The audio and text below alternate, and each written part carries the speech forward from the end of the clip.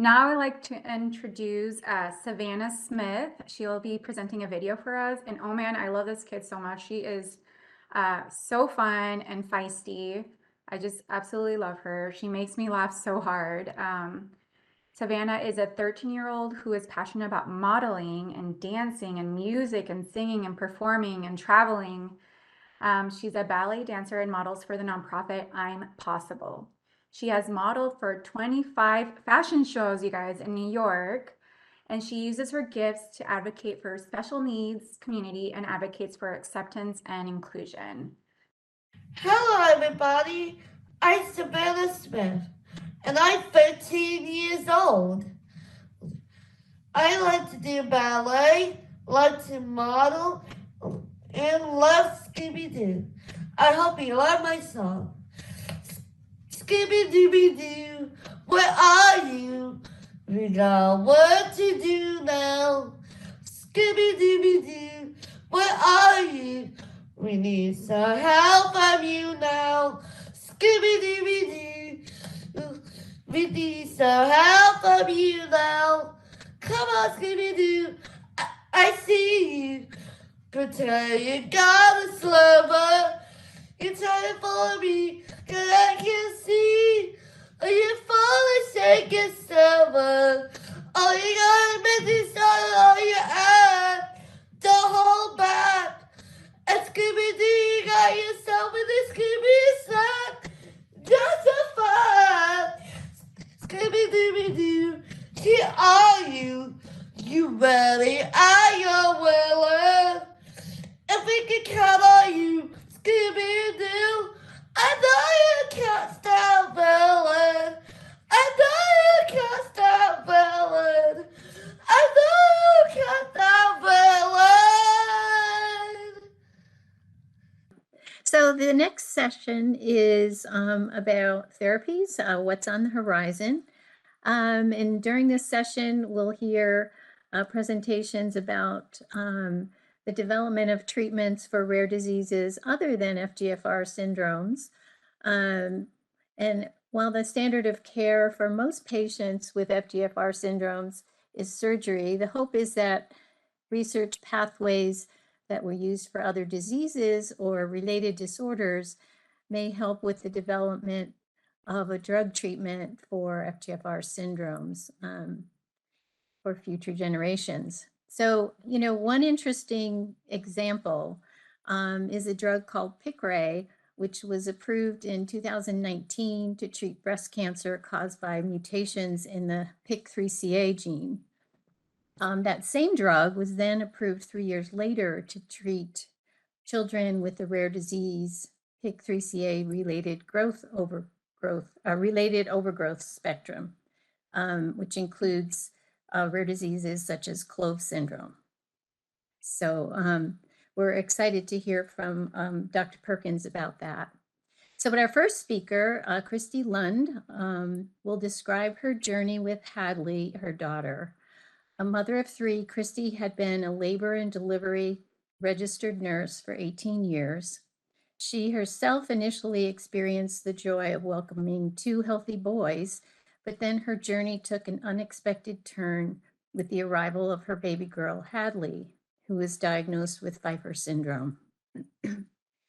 And then I'll go ahead and introduce the other speakers at this time as well. So following Christy, we'll hear from Jonathan Perkins, who will tell us about his research in vascular anomalies. Dr. Perkins is professor, pediatric otolaryngologist, and has been the director of the Seattle Children's Hospital's Vascular Anomalies Program for the past 23 years. He has worked to discover aspects of cellular biology and genetics for some vascular anomalies, which he'll tell us more about. After Dr. Perkins, we'll hear from Eris, I always have a hard time with your name, Economides, Vice President at Regeneron. Dr. Economides leads 2 groups at Regeneron, the connective tissue diseases and synthetic biology. His research interests include drug development for skeletal diseases and mechanisms of BMP TGF beta signaling.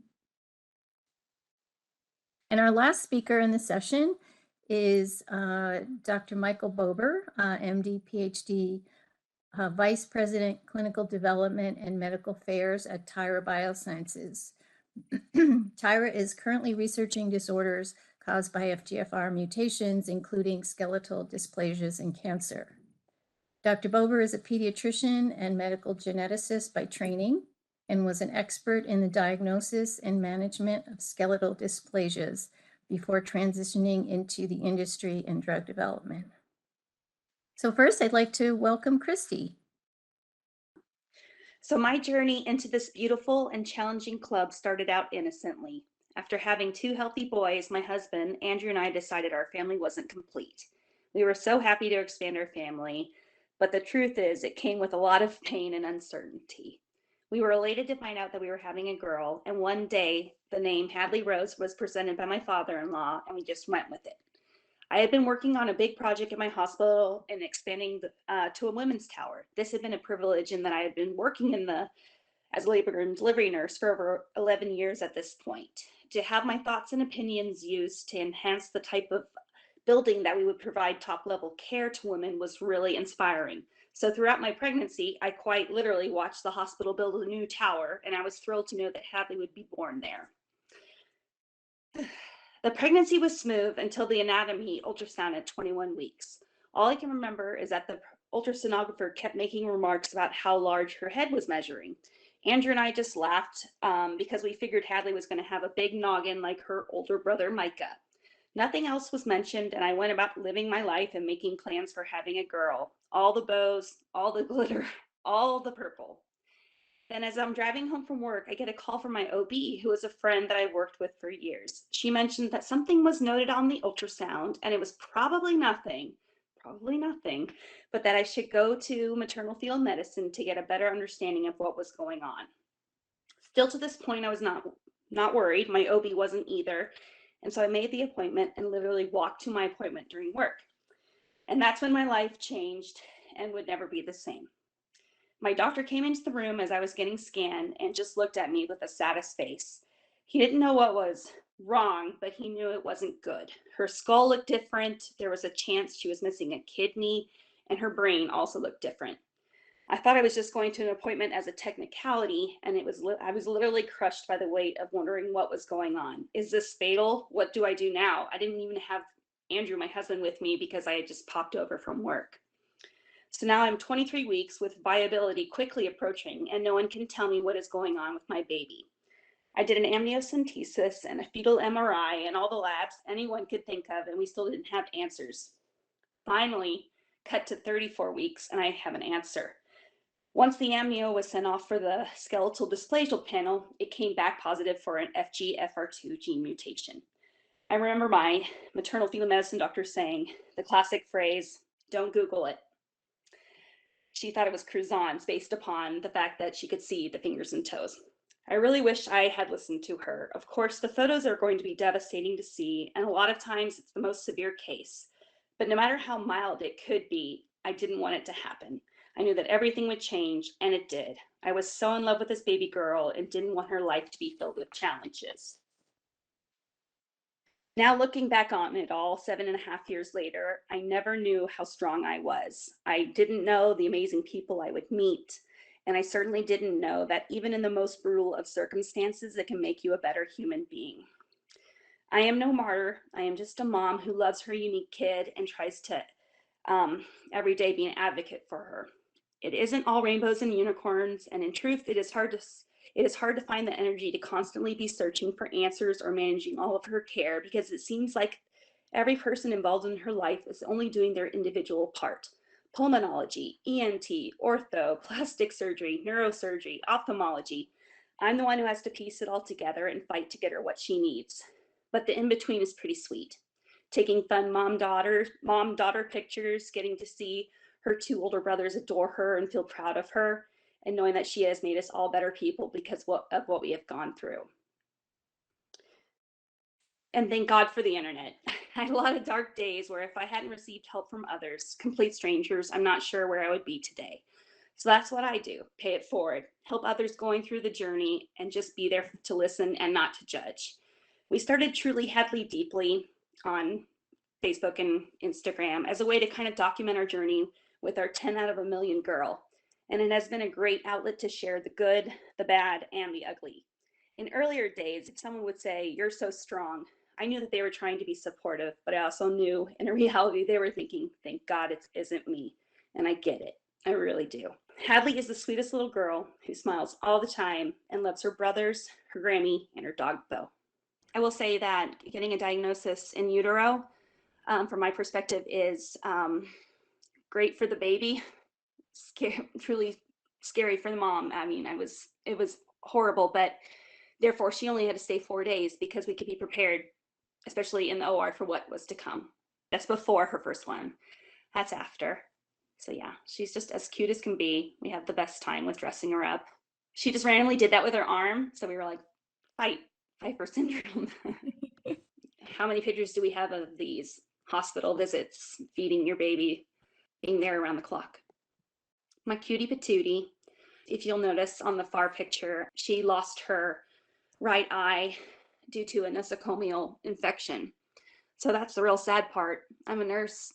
I get it. And it is a freak, horrible thing, but another huge struggle with that. But then if you don't laugh, you cry, right? So we're trying out her prosthetic eye, and her big thing was that she would either sneeze to blow it out or cough. And then like literally by the end of therapy, trying to like get her to do whatever, I would just put her eye in my pocket. Friends, thank God for my friends. They were there at my delivery and have been still. The pictures, love them. My cutie, she's just so happy. And that is her dog, Bo, who is obsessed with her. He literally greets her first, and he does head counts. He'll walk around the house wondering where everybody is, count everybody. When she gets home from school, the first thing he does is jumps on the bed, goes and licks her, and then goes on to do whatever else he wants to do. And those are Hadley's big brothers, who are amazing little humans themselves. They were before, but now they really, really are. We just try to have fun. So as a family, I'm surprised I can get my 14-year-old to still do this, but he'll do anything for his sister. So family photos, and we try to do fun stuff. Just, keep it light and keep it fun.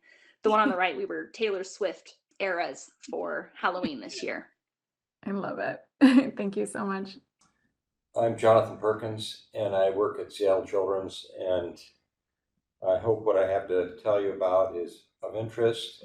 It may or may not be relevant to FGFR2 conditions and syndromic craniosynostosis. I should say too that I have been I am a part of the craniofacial program at Seattle Children's, and basically have treated pretty much every patient up until about the last 4 years, every syndromic craniosynostosis patient in that program. So I hear the stories and can relate to caring for these patients. So activated somatic genetic variants and vascular anomalies. So what I'd like to do is explain what vascular anomalies are, and we're going to focus on vascular malformations. I want to talk a little bit about how a molecular genetic cause for vascular malformations or of vascular malformations was discovered, and talk about what difference this has made for the assessment and treatment of all vascular anomalies and malformations. So in the 1990s, a society called the International Society for the Study of Vascular Anomalies, which was primarily out of Boston Children's Hospital, came up with a scheme to classify these things that often have different shades of red. And they're based on the phenotype, what they look like. And they called them all vascular anomalies, and they divided them into malformations or tumors. And we're going to focus really on the malformation part of things. So there was a lot of interest and study that went on, and by the 2000s, these vascular malformations were categorized by the type of vessel that they contained. So on the left, you see a lymphatic lesion, and in the middle is an arterial lesion, an arteriovenous malformation. And on the right, a venous malformation, both the clinical picture of swelling in the neck and then what you see on an MRI scan. And then as the Human Genome Project was completed in 2004, our ability to discover different kinds of genetic variation within people improved. And so the genotype of some of these vascular malformations was discovered. And this was enabled by better gene sequencing technology, as well as the computer algorithms to analyze the data generated by the sequencing. And so lymphatic lesions were found to be formed by a gene called PIK3CA, or sometimes BRAF. And arteriovenous malformations were associated with genes called MAP2 kinase, or MEK1, or KRAS, and these were extracranial AVMs. And the venous malformations could be primarily TEC mutations, tyrosine kinase mutations, or a smaller percentage would be PIK3CA. And these were all activated somatic mutations, not germline. We're going to talk a little bit more about that. So when we were studying these things, not too much was known about them. And we said, well, how can we determine if there's a genetic cause for these lesions? And I'm not a geneticist. I've learned a lot about genetics, but I'm not a geneticist. And I sought help with three collaborators here. Mark Majeski on the left. He's a vascular biologist and studies all kinds of things related to cardiac development and wound healing. And in the middle is Bill Dobbins, and he's a geneticist who was instrumental in discovering PIK3CA's connection to Clove syndrome, as well as MCAP syndrome. And then Jimmy Bennett, who at the time was one of Bill's postdoc fellows, but now is a geneticist, attending geneticist at Children's, independently funded. He was very much into determining rare or low levels of mosaicism, genetic mosaicism in patients. And I worked with these paid people to figure this out. So when we started trying to figure out a genetic cause for vascular malformations, we were faced with a situation where these conditions are not familial. They don't go in families, and they're very rare, and they have exceedingly rare variable phenotype. So the patients look different. Different parts of the body can be affected. I'm involved a lot because many of them are in the head and neck region. And we knew that we needed a new strategy to look for somatic genetic variants. In the somatic or gene mosaicism, not every cell in the body is affected, and blood doesn't contain variants. When you do a blood test to look for genetic variation, primarily you're looking at the DNA from white blood cells, and the white blood cells in these patients usually are normal. The variant is only found in the affected individual, the proband, and it's only in the affected tissue of that individual. And there were at the time no viable animal models. So we needed some new tools to discover the genetic cause of vascular malformations. Early in the 2000s, I established a vascular malformation biorepository. So we saved pieces of tissue from surgery that we could analyze later on. At first, we looked for a potential Mendelian cause for vascular malformations and anomalies, and working with the late Debbie Nickerson at the University of Washington, and there were none, short answer. So then we applied strategies used to discover genetic mosaicism in Clove syndrome to vascular malformation tissue, and we found various gene variants that were mosaic and activated. What aided us in this process was sequencing and data analysis development. So in the 2000s, often when you sequence DNA and you look for variation 200x coverage was very good.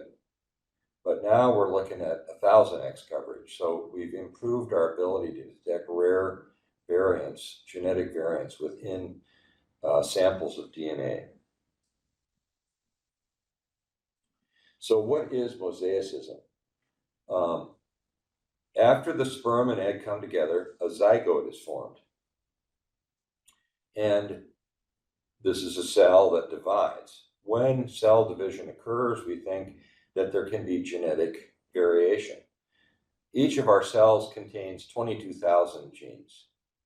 That represents about 5% of all the DNA on our cells. So 95% of the DNA is not necessarily genetic. We don't actually know everything that all that 95% actually does. But the bottom line is this genetic change in a given gene within a cell then is perpetuated as the cells proliferate and the pink cells continue on and set up shop in various areas of the body. And that's why somebody with a large finger, for instance, probably has a PIK3CA variant in that overgrown finger or toe. And Dr. Bennett is working on this, understanding how mosaicism actually occurs in all of us to a certain degree. What is the baseline normal rate of genetic mosaicism? And the other thing to remember is that non-inherited genetic variation is very important in rare diseases. And this is where syndromic craniosynostosis in this relates. And we think that up to 50% of rare pediatric conditions have some sort of non-inherited genetic variation. And the majority of this genetic variation are de novo, so they're not in a family member or a parent.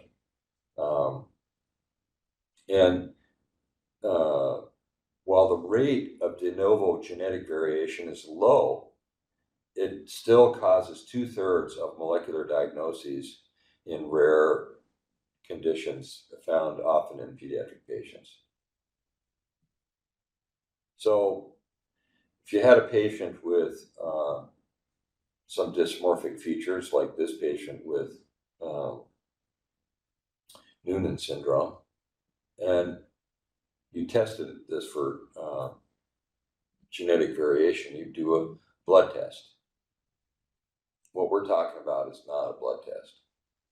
So we hypothesize that genetic variation in vascular malformation tissue could be present, and we would have to detect it in lesional tissue. And so since that time, we have detected genetic variation in malformation tissue as well as lesional fluid. So these cystic areas in the patient's head and neck here, I don't know if you can see the cursor. This area where the little arrow is, that has fluid there, and you can take that fluid out and detect genetic variations that cause the condition in the cell-free DNA in that fluid. So the so-called liquid biopsy. Genetic mosaicism is characterized usually by activated somatic mutations. It explains the clinical scenario that we see in some of these malformations in the sense that they persist. Surgery, medical treatment have not always eradicated them, particularly surgical and sclerotherapy type procedures. There's tissue overgrowth. Bone is overgrown. The tongue that's shown in number C there in the middle of this figure is large for that patient's mouth. And the most interesting thing is these genes, these activated somatic variants or mutations, are related to cancer. They're present in many different cancers: colon cancer, breast cancer, head and neck cancer. And often people that have cancer now have a molecular profile of that cancer, and they look for these same genes in that cancer. So there's drugs that can be used to suppress the activity of these genes. So the gene that's been mentioned a lot is PIK3CA, and this is associated with tissue overgrowth and decreased cell death, and is commonly seen in vascular malformations, particularly in lymphatic malformations, which is one of the things I've studied and treated a lot.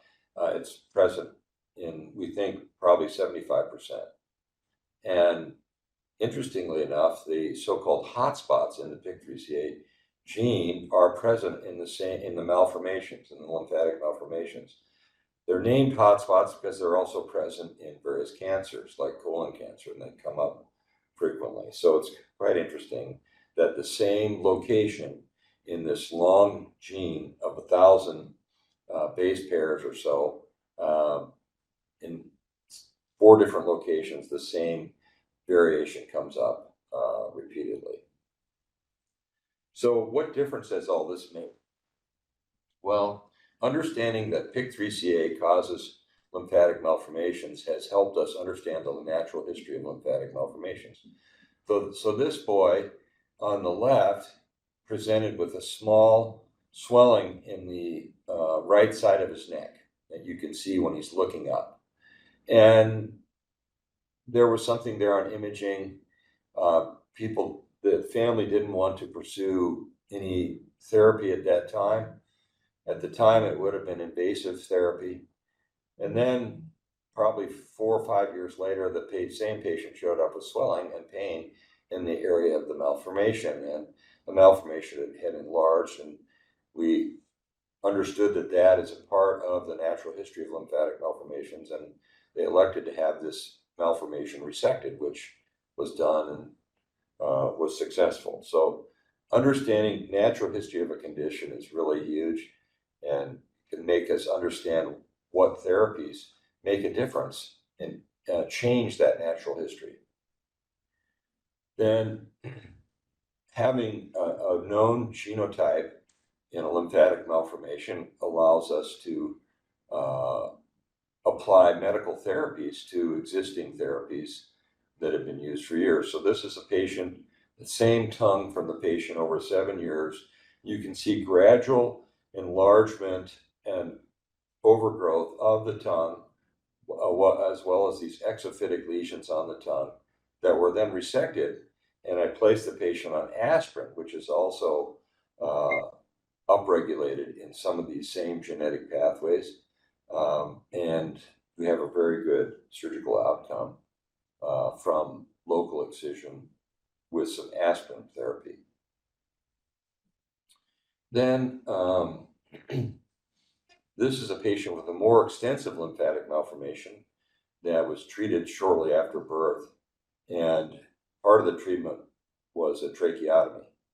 And I thought this patient would probably have her tracheotomy her whole life because the anatomy inside the mouth and by the larynx was very distorted and swollen and just problematic. There was no intervention that we could do to help get this trach out. Well, the patient was placed on Alpelisib, which is Piqray or Bejoice. That's the drug that selectively inhibits PIK3CA. Over time, her pharynx enlarged and her airway was widened. She went from having a very abnormal sleep study to having a normal sleep study, for instance. She went from being able to run a quarter mile to be able to run as long as she wanted to with the trach in place. And we took the trach out. You can see on the far right, the MRI scans you see on the pre-Alpelisib MRI scan there's no airway in the area, no airway here. And then there's an airway here after about a year of Alpelisib. And you can see the swelling in her larynx improve, it's gone significantly. So she's, the trach is out. And I think this medical therapy is definitely more effective than any other therapy we would ever offer to this patient. Now, she has to keep taking medicine. Then the other thing that knowing the genotype has done has enabled us to treat patients with medical therapy primarily.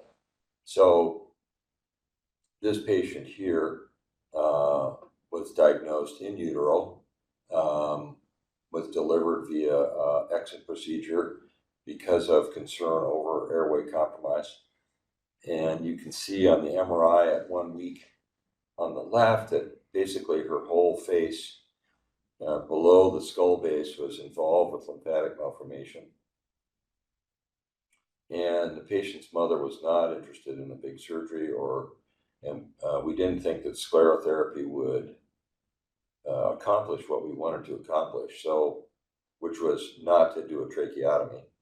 And so we placed the patient on sirolimus, and then have since switched her to alpelisib. We can't use alpelisib in patients younger than 2 years of age at this time. But bottom line is sirolimus shrunk the malformation significantly. We've been able to avoid a trach. The patient lived quite a great distance from Seattle, so the mother felt better having a G-tube, so we placed a G-tube. I think if she would have lived in the area, we would not have had to do a G-tube.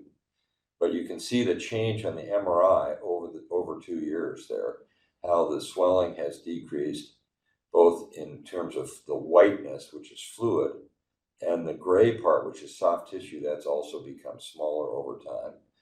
And we haven't done any surgery. So that's a big change in our treatment algorithm and the natural history of lymphatic malformation that's on both sides of the neck over the first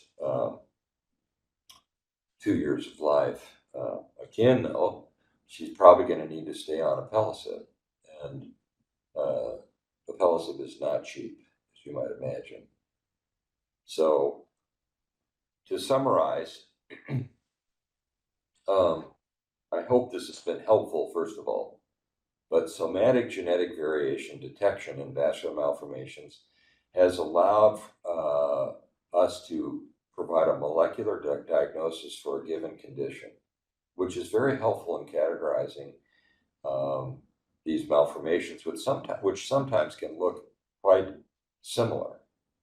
And with this molecular genotype, targeted medical therapy directed at the specific genotype can be initiated and has been effective, really. The result of genetic testing and detection of genotype has expanded our treatment options from only invasive treatments to a combination of medical and surgical or sclerotherapy treatments, or just primarily medical therapy. Realize that all these variants, genetic variants, have been detected in human tissue that's diseased and lesional fluid, so blood tests don't work. And we've been doing a lot of various testing, both on a research and clinical basis, so that we actually test cell-free DNA in children with these conditions, for instance. And I think in the future, life is not simple. There's going to be other things that we find out about these conditions that will further shed light on why they occur in certain areas of the body, and what can be done about them. One area is bone overgrowth.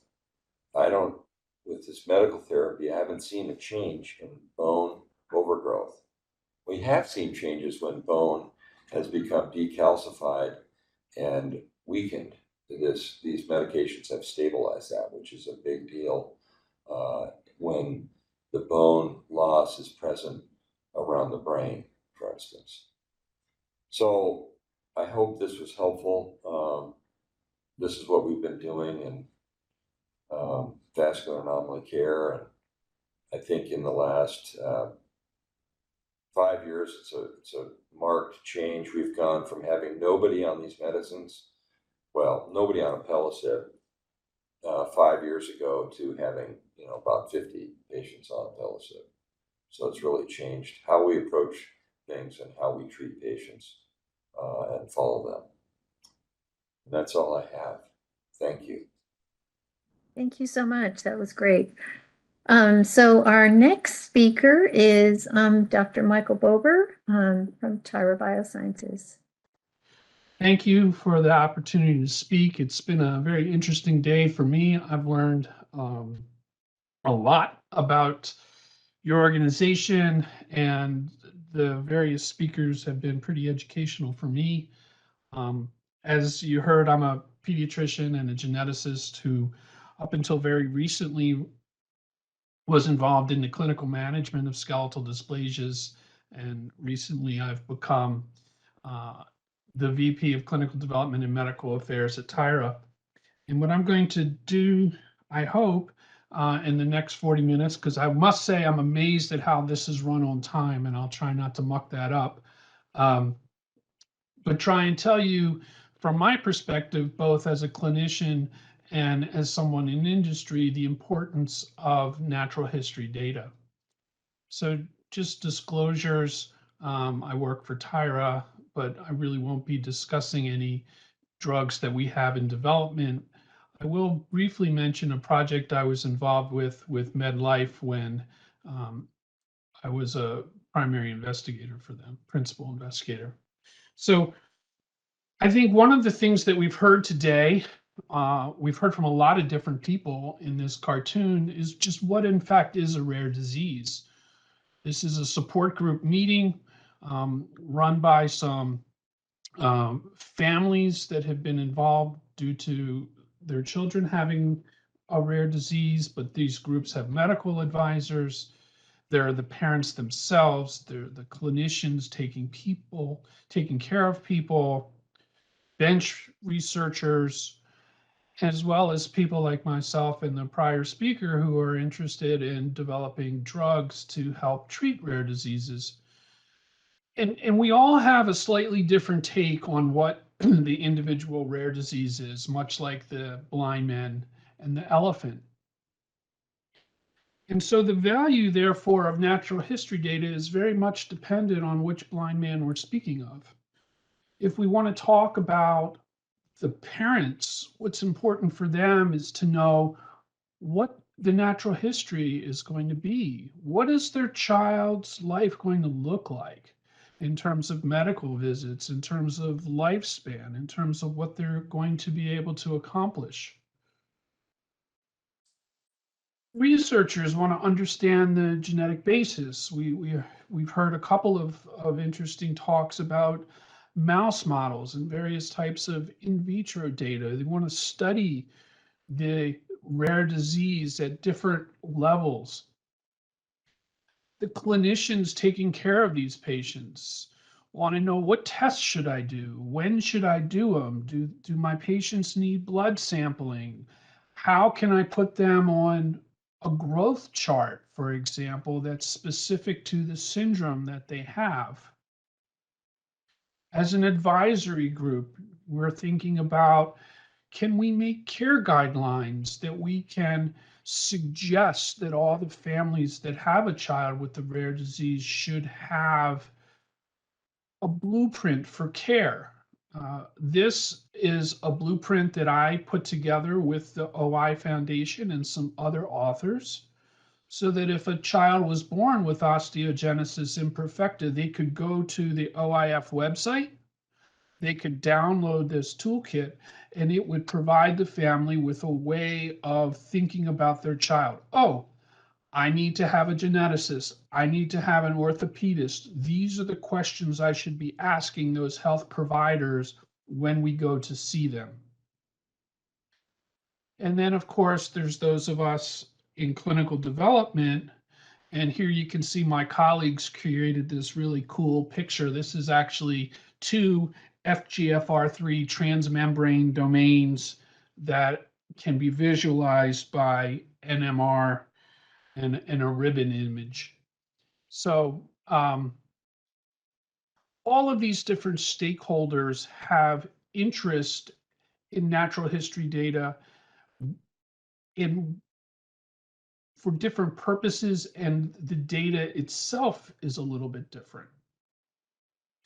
And of course, in rare disease, we know that the medical literature is limited. We heard from our colleague in Colombia how difficult it was to find the time to work. And she's not alone. It's very hard for those of us in clinical practice to find time to do things. And we do what we have. We have one patient that we see in our clinic. We have small case series that we follow in our clinic, and this is what we have to go on. There tends to be no specific care guidelines. There's no gold standard for treatment. Trials to be randomized and controlled, very difficult, too expensive, too few patients, too long to reach a result. To which I would say to everyone here, and I think I'm preaching to the choir, is don't let the perfect be the enemy of the good, is we can make progress without having the ideal scheme in mind. And we need our care now. The children are born now, they're diagnosed now, and now is when we need to work. The families need health guidelines, guidance. Patients need knowledgeable providers. We've heard about insurance. We need to be able to say to the insurance providers, you need to cover this. This is the standard of care. So my real involvement with this situation came about here in 2007. And here you can see me with no gray hair and no dad belly. Back in the day, this was at the National Little People of America Support Group, which took place in Seattle. And there's literally a small group of patients that have primordial dwarfism. And this woman directly to my left created this primordial dwarfism foundation called the Potentials Foundation. And this was its first meeting. And I was lucky enough to be invited, and we all had lunch. And here was the group of individuals. And Elizabeth leaned over as we were having lunch, and she whispered in my ear, she said, "Look around the room.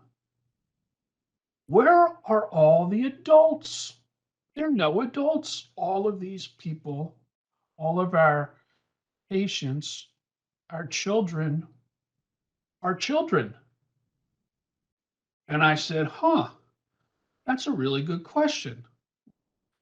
And from that led to us creating a registry. We did it slightly differently in that we collected medical records with the consent, but we created a registry trying to understand what were the ongoing problems. And here you can see about 2.5 years later, we had figured out what was happening. And this one particular form of primordial dwarfism called MOPD2, we were able to demonstrate that these children were dying from moyamoya disease and stroke. And here you can see this is an MR angiogram of an individual child. Each one of these panels is a year apart. You can see originally with the arrows, there's some narrowing of the blood vessels, which progressed and progressed further to where there was essentially no flow through the major cerebral vessels with a lot of collaterals, and that was in fact moyamoya. At that time, the gene for this was just being discovered, and we were able to recognize that about 3/4 of our patients with MOPD2 as a clinical or molecular diagnosis had this, and we were therefore able to implement a screening program for these kids. And every bit as important, though, was recognizing that there was no one in the registry that had any type of moyamoya who didn't have MOPD2. So not only were we able to put a screening program in place for children that needed it, but we were able to relieve anxiety and take problems off the table for children that had primordial dwarfism, but a different subtype. Obviously, these children are quite small, and we were able to use our data set to construct growth charts. which became very useful in trying to understand what expected growth would be for these kids. At about that same time, whoops, got ahead of myself there. And when I left the registry in the capable hands of the people at Nemours Children's Hospital, we had 129 individuals that had enrolled. You can see going basically between 2 and 39 years of age. This is the distribution of conditions, by far and away the most common one being MOPD type 2. And from this registry alone, 27 manuscripts and 4 chapters were able to be contributed to the medical literature. This was an undertaking that was funded by a foundation. This was people that sold t-shirts and lemonade to be able to essentially donate their time to the point of us being able to hire a research assistant.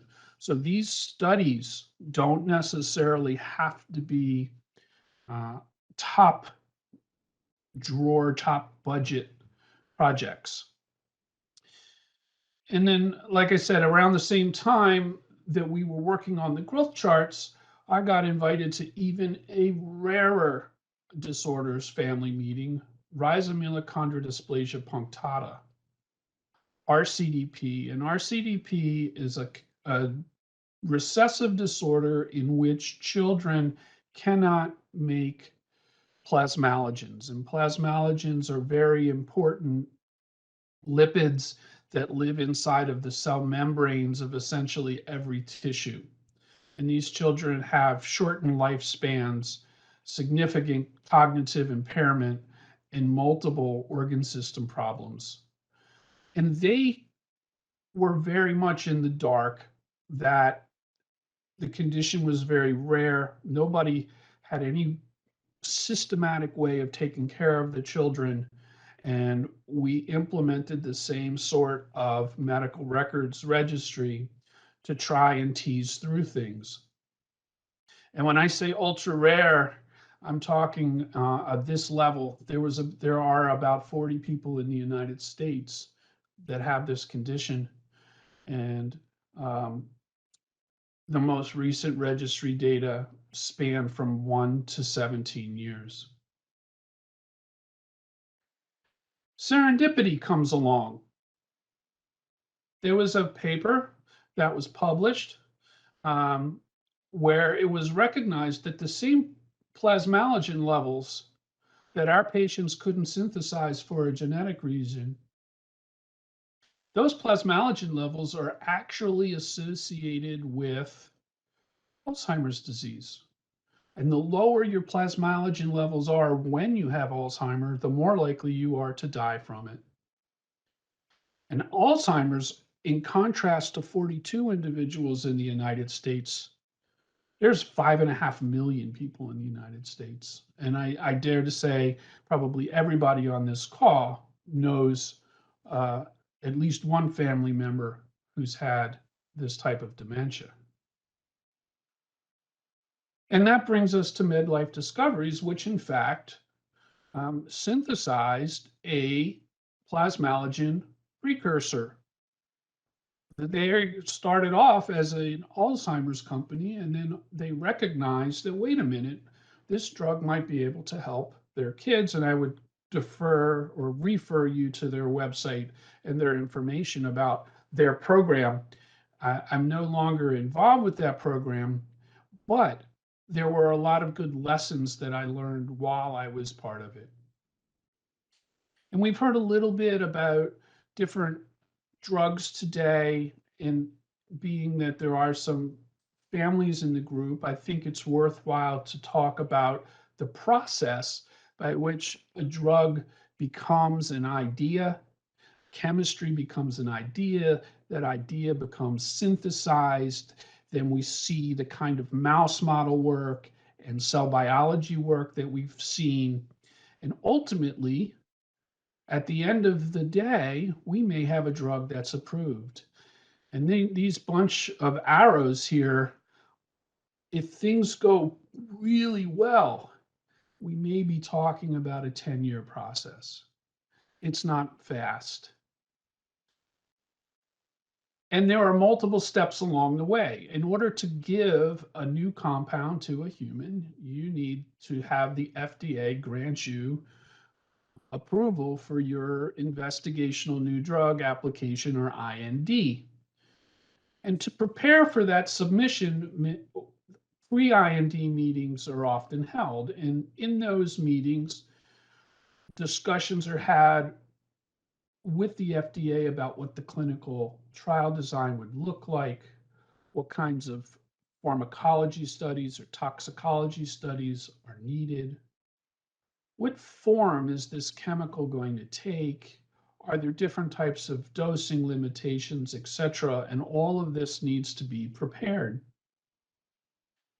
Well, I was lucky enough to be part of this, and here you can see me at the FDA with some of our MedLife partners. And we, before COVID, these meetings were often held in person. And we learned that we didn't actually have to know with precision what the drug was going to do, because we weren't sure if we gave this drug to children with RCDP and it was going to work, how is this going to change their lives? And they said, it's okay, we'll be flexible. But here's the thing, you guys have to have good control data. If you don't understand the natural history of this condition and you cannot explain to us what's going on, we can't approve a drug. We don't care that you gave a drug to somebody and they got better, because you haven't proved to us that they wouldn't have gotten better if you didn't give them the drug. You need more than that. And they said, well, where is more than that comes from? Well, it could be that it's published in the literature. That would not be okay. It could be non-published, but historical data that could be accumulated in a registry. Or it could be done in a prospective natural history study, whereas you start to follow children going forward with various types of assessments. And this was the strategy that was undertaken. And there were various domains that we looked at, including quality of life, functional assessments, and various physiologic assessments. I'm not at all going to get into the details, but I did want to mention this, is why would a family with a very sick child travel to a site to have these natural history study procedures performed when the study itself does not offer a clinical benefit to that child or family? Well, our IRB allowed us to write into the consent that if this did in fact progress to a clinical trial, anybody that participated in the prospective natural history study would be given preference. That was allowed. That's certainly a carrot. We've heard a lot about the problems in getting genetic testing. Genetic testing was done in the study as part of the study, if not previously done. Furthermore, there were clinical assessments that were done that could be brought home with the patient so they didn't have to have the test again, for example, an EEG. And this study is ongoing, and I would again defer you back to the MedLife site if you'd like more information about this trial. So that brings us to the idea of, we heard today a little bit about a registry that was ongoing with this group. It sounds like that was survey based. I added this just a couple of hours ago to make a comment about it, which is that, surveys, there's a little bit of a selection bias in who decides to answer. And if you look at a timeline like this, where you're trying to collect precise data, what was the age at which this person had a tonsillectomy? Sometimes without the records, that can be a difficult remembrance. Oh, I think it was the summer of between third and fourth grade, and your parents are doing math on their fingers. And that's okay, but if the goal of the registry is to pick out the age at which the average child had a tonsillectomy, that's not good enough. You need the date on the record. So we have this kind of a timeline for any given patient. And these timelines can be added up, stacked, if you will, over time. In this particular way that we're doing it, we're just aligning people, we're putting their birthday at the beginning. And when you do something like this, you can assess how did things get done in the 1990s versus the 2020s. One way of analysis is just a cross-sectional. How many people are there? How many people reached a certain age? How many people underwent a very specific surgical type? How many people had ear tubes by the age of 10? These are sort of digital queries. They're yes, no questions. They're ever, never questions. But these are queries that can be made. Also with a retrospective, you can look at people at the same age. So here we've drawn a circle through all 5 years old, all 5 years olds, and said, of all the people that had a surgery at the age of 5, how many needed a second one? What was the function of that particular system at the last visit in those that had the surgery?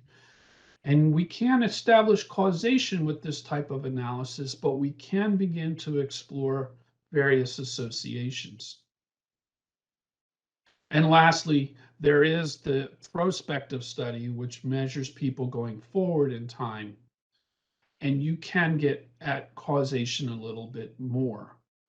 For example, if adults develop obstructive sleep apnea and start to use CPAP, can we look back and assess a difference between their body weight or between their physical function level and the need for that intervention as you go forward?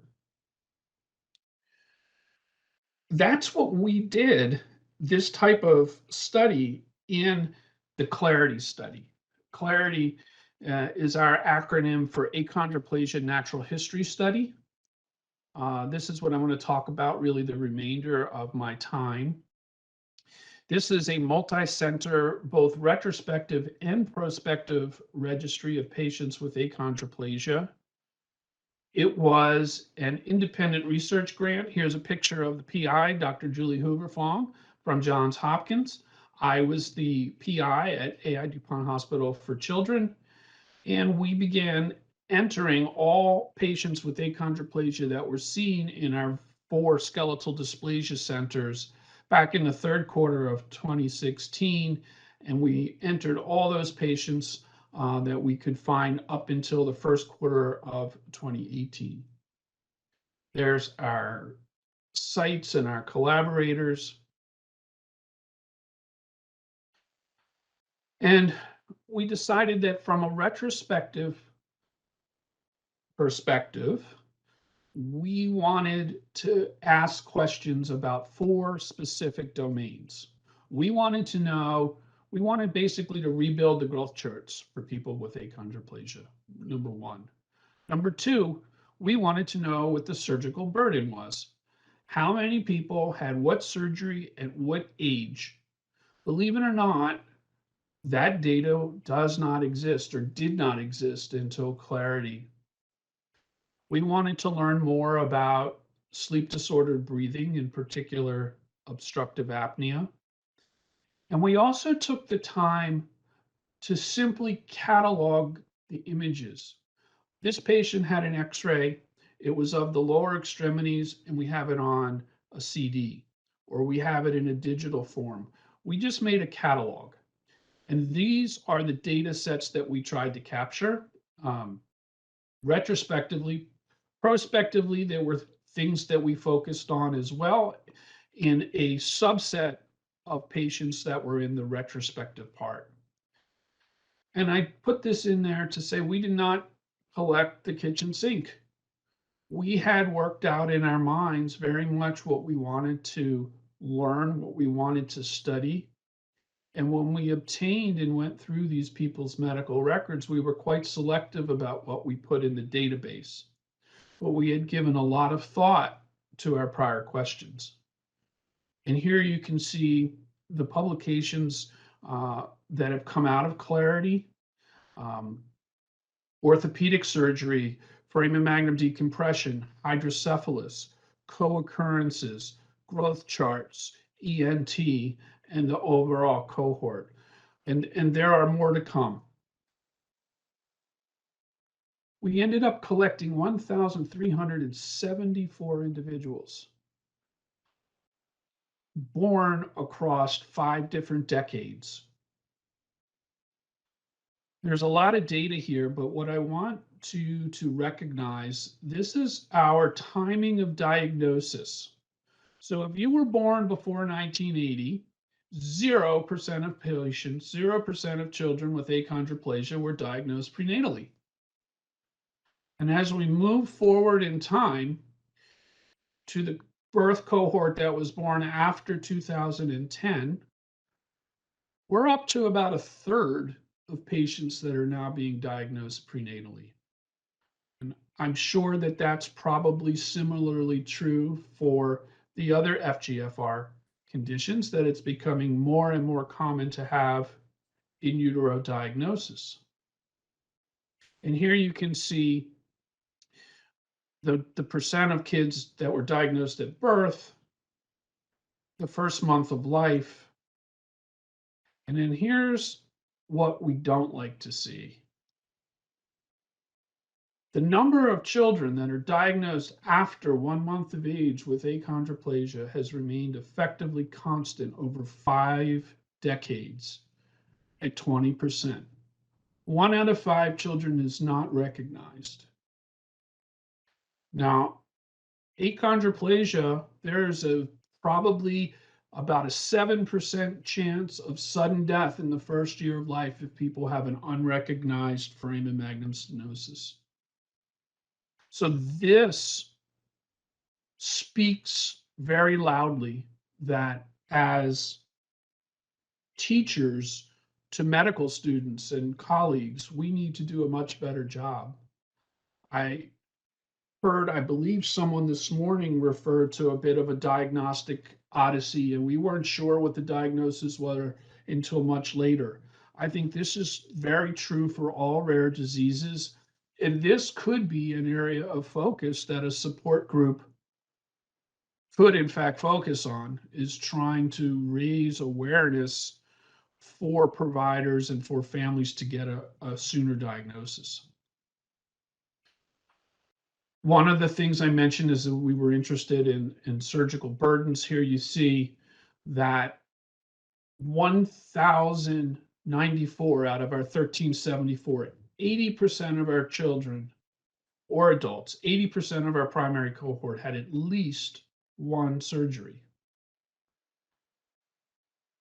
In fact, of the patients that had surgeries, they had on average a 4.2 with a median age of 2 years of age.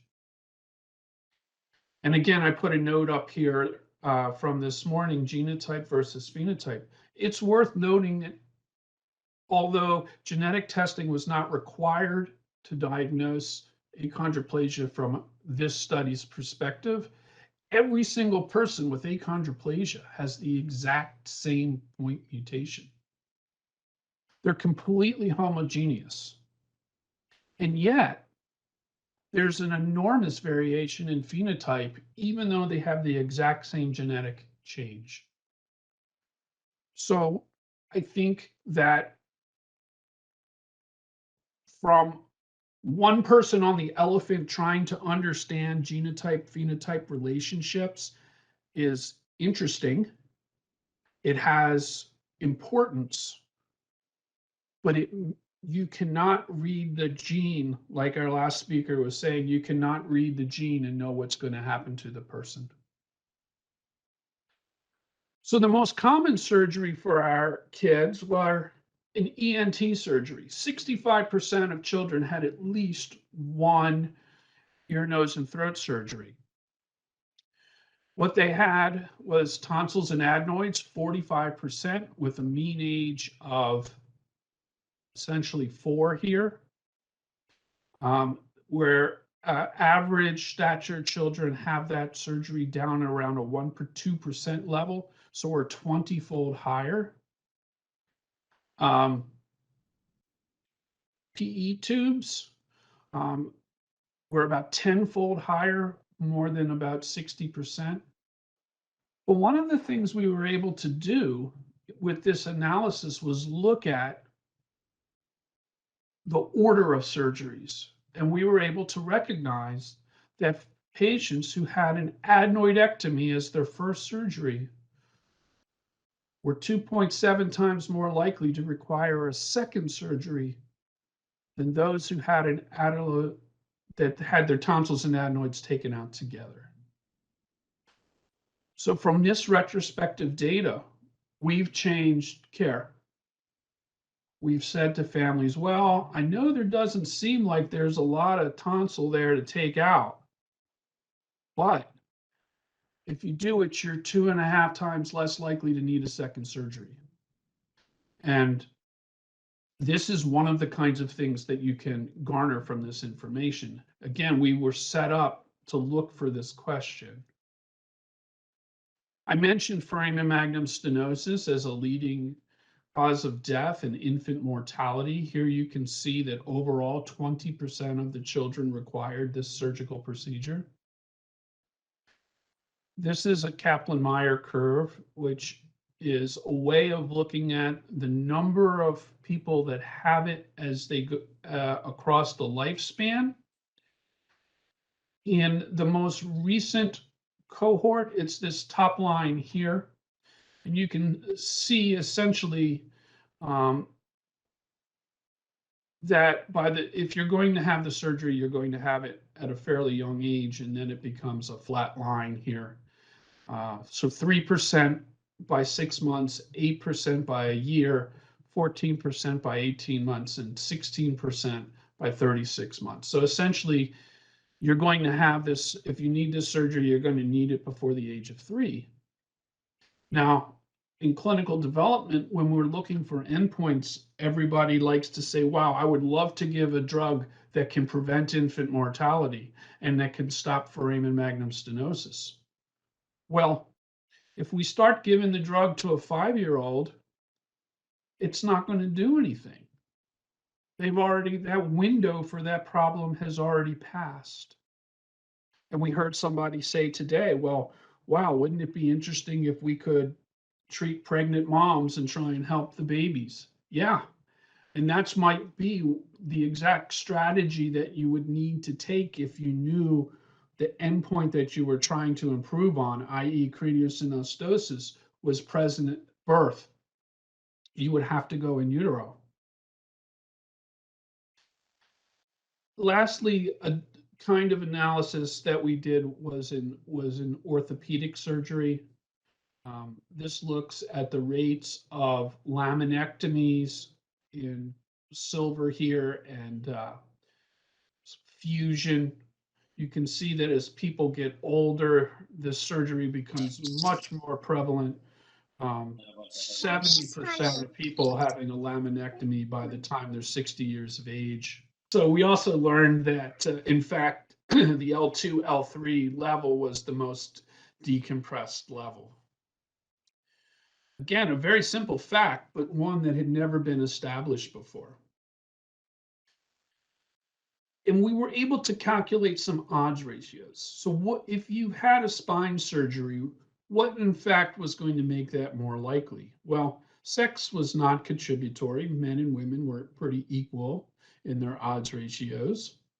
But in fact, we learned that if you had a foramen magnum decompression, or if you had a foramen magnum decompression and a shunt for hydrocephalus, these were the things that made having a spine surgery more likely. So the the idea here is just to talk about, again, the importance of the natural history data, why it's important for the various people. The same data set can be used as a tool for different people. Parents, again, can look at this and have some ideas. Well, if my kid is going to need ear tubes and has achondroplasia, they're likely going to need one set, and it's going to occur around 4 years of age. That's very valuable information. We heard some talk about looking at mouse models and whether they had an eye phenotype or why they were startling difference. Understanding, asking the question, hey, is there anything in the registry about eyes? Because we think we see something in the mice. Physicians can use this for anticipatory guidance, for counseling, for support group advisors to try and develop guidelines. There are ways to use this information in Delphi processes. And of course, to develop endpoints. What things are measurable in terms of outcome where we can demonstrate improvement? And again, with a little bit of foresight, what questions do we want to ask? We don't want to collect the kitchen sink, but there are ways to go forward and collect this information. Thank you so much for that talk, and it really reinforced the importance of natural history studies. I have one question. Did for the BioMarin study in achondroplasia, was the data entered by the doctors, or was it collected using electronic medical records? We built a REDCap database. Uh-huh. Because the records of the patients span 50 years, some patients had dusty paper charts, and some patients had EMRs, and some people had combinations. So we created a REDCap database. So basically, it was a page that came up on the internet, and each chart had the data manually entered. Okay. Yeah. One of the things that we are planning to do with the FGFR syndromes registry is to collect medical records. NORD has not quite added that functionality, but when they do, we hope to be able to do it, but it does get expensive because some of the data has to be extracted manually, and that takes someone to do that. Anyway, so I have some questions that have come in for some of the other speakers. Hang on one second. So let me see here. So let's see, way back up here.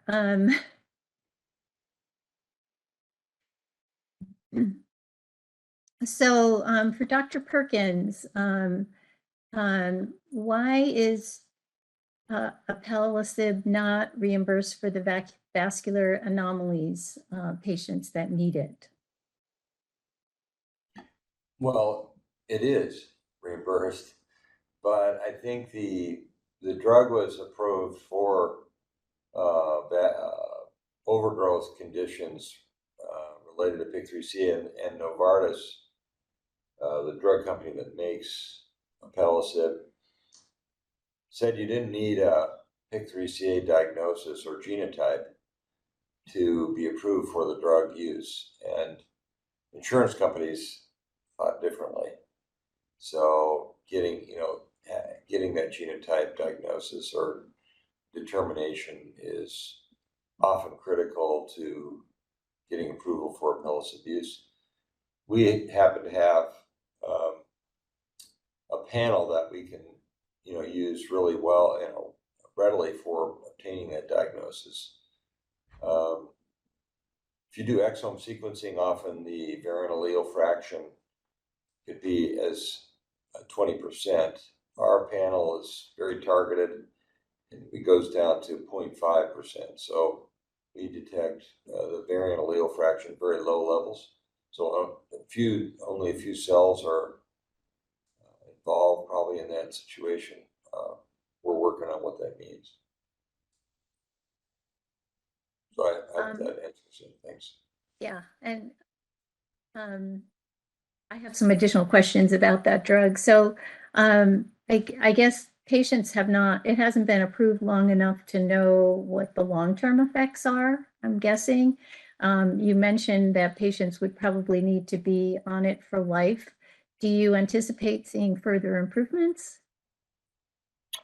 I think it's too soon to tell. So there's currently one drug trial in process. So the FDA approval was conditional on more data being generated. So there's one drug trial that's a worldwide drug trial for PIK3CA related overgrowth syndromes. And that's ongoing. It has probably another 3 years to go. And then we're starting another trial for just lymphatic malformations this year. That will be another 5-year study. So far, nobody's wanted to stop the drug at our institution. I have heard of others where they've stopped the drug and the malformation has come back. So it's kind of these are activating mutations, and the PIK3CA is a catalyst to causing the PI3K pathway to be overactivated. And so if you stop the pathway, then things don't happen. If you let it go and run, it's probably going to happen. But we don't know. We don't know the answer to that. Like, if you suppress it for a period of time, are the cells that are affected, are they going to die off, for instance, just by natural causes? And so that the tendency for regrowth would be less. So. And you also mentioned, I think, that it's not approved for children under the age of 2. Is the company working towards bringing the age limit down so that it can be administered earlier? And would that be beneficial? Yeah, I would say that's being discussed. We don't know if it would be beneficial or so. We do know that these drugs, if you're on monotherapy, only one drug, the side effects that somebody has are many fewer or non-existent. But if you start adding other drugs to it, then it becomes more, you have more side effects. So time will tell. I think we're just at the very beginnings of using this medication and understanding how to use it clinically.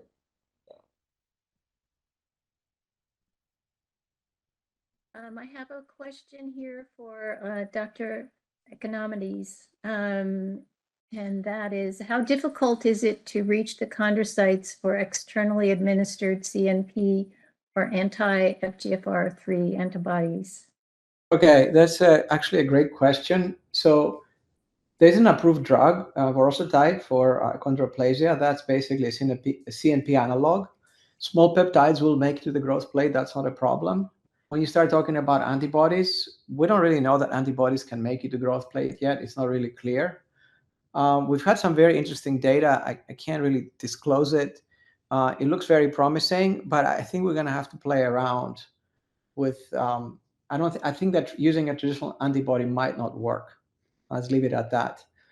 There's an advantage to using, antibody drugs over small peptides, which is their half-life. So there is a reason to go after that way. But there's also many other conditions that affect the growth plate. So one of the things that we've done, and we've actually published this, there are certain lysosomal storage diseases, or now they're called lysosomal diseases because the acronym for lysosomal storage doesn't sound very good. LSD, I don't know if you know what I'm talking about, but anyway, jokes aside, there's a whole bunch of them that actually affect the skeleton and they affect the growth plate. And in this case, you need to replace the enzyme.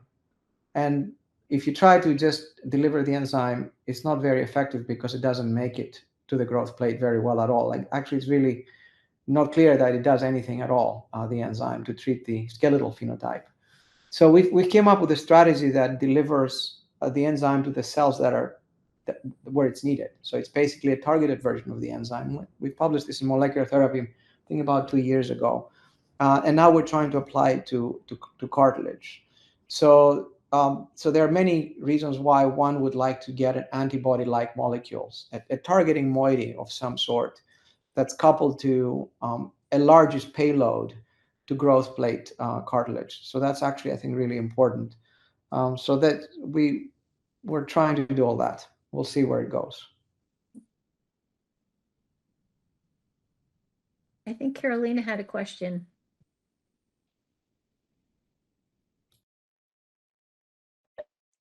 Sorry, no, just so there are some biospecimens. I was just throwing it out there. There are some biospecimens that we've been wanting to use for craniosynostosis, and I don't know, Ellen, you can kind of explain actually more about that, like just how we would go about it. I don't know, and to use them.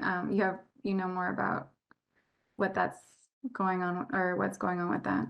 Okay, yeah, I wasn't quite sure what your question was. So, I think that's a bigger discussion, but, if any of the speakers or any of the attendees want to chime in, we'd be happy to hear whatever comments you have about setting up a biorepository.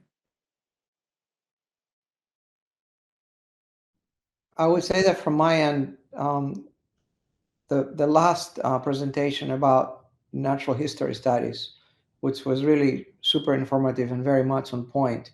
I think biospecimens need to be treated in a way that, how can I say, access has to be done in a way that is proper, right? So you have to have anonymized them and all that, but also the way they're used. So you don't want to just give them away to anybody who asks. You have to actually think about what is the study, what is the proposed use, and are the results going to be accessible to you? If you're going to provide this, you want something back.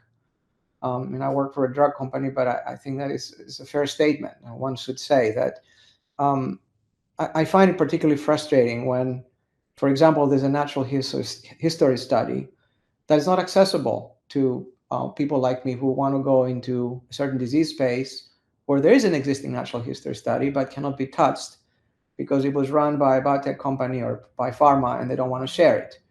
Where does that leave the community of patients where now have lesser possibilities of potential options than they would otherwise? So I think that when you think about natural history studies, registries, specimens from patients, right? Biospecimens, a biobank, how you structure it, how you govern the access, what you get back, what you co-own or what you own, how it's governed. I think that's really, really important. Yeah, if I could just sort of follow on to that. I don't really know how your organization is structured, but I have worked with a lot of different organizations, like I mentioned, the OI Foundation and some of these other larger support groups. And they have scientific advisory boards to vet these kinds of things. Hey, you put out a proposal. I have whatever you have, 12 bone samples and 3 cartilage samples, and we welcome the opportunity to accept proposals for anybody that wants to do research, whether that be from industry or not. And then you have your scientists vet those. And, like Aris just said, we agree to make the results publicly available to everybody, or etc. But in that way, you've established a process to be able, because maybe it's next time you want to query the database for eye changes, but you create a group of scientific oversight, if you will, that allows the group to create that partnership. Yeah, there are the FGFR syndromes registry, we do have a advisory board.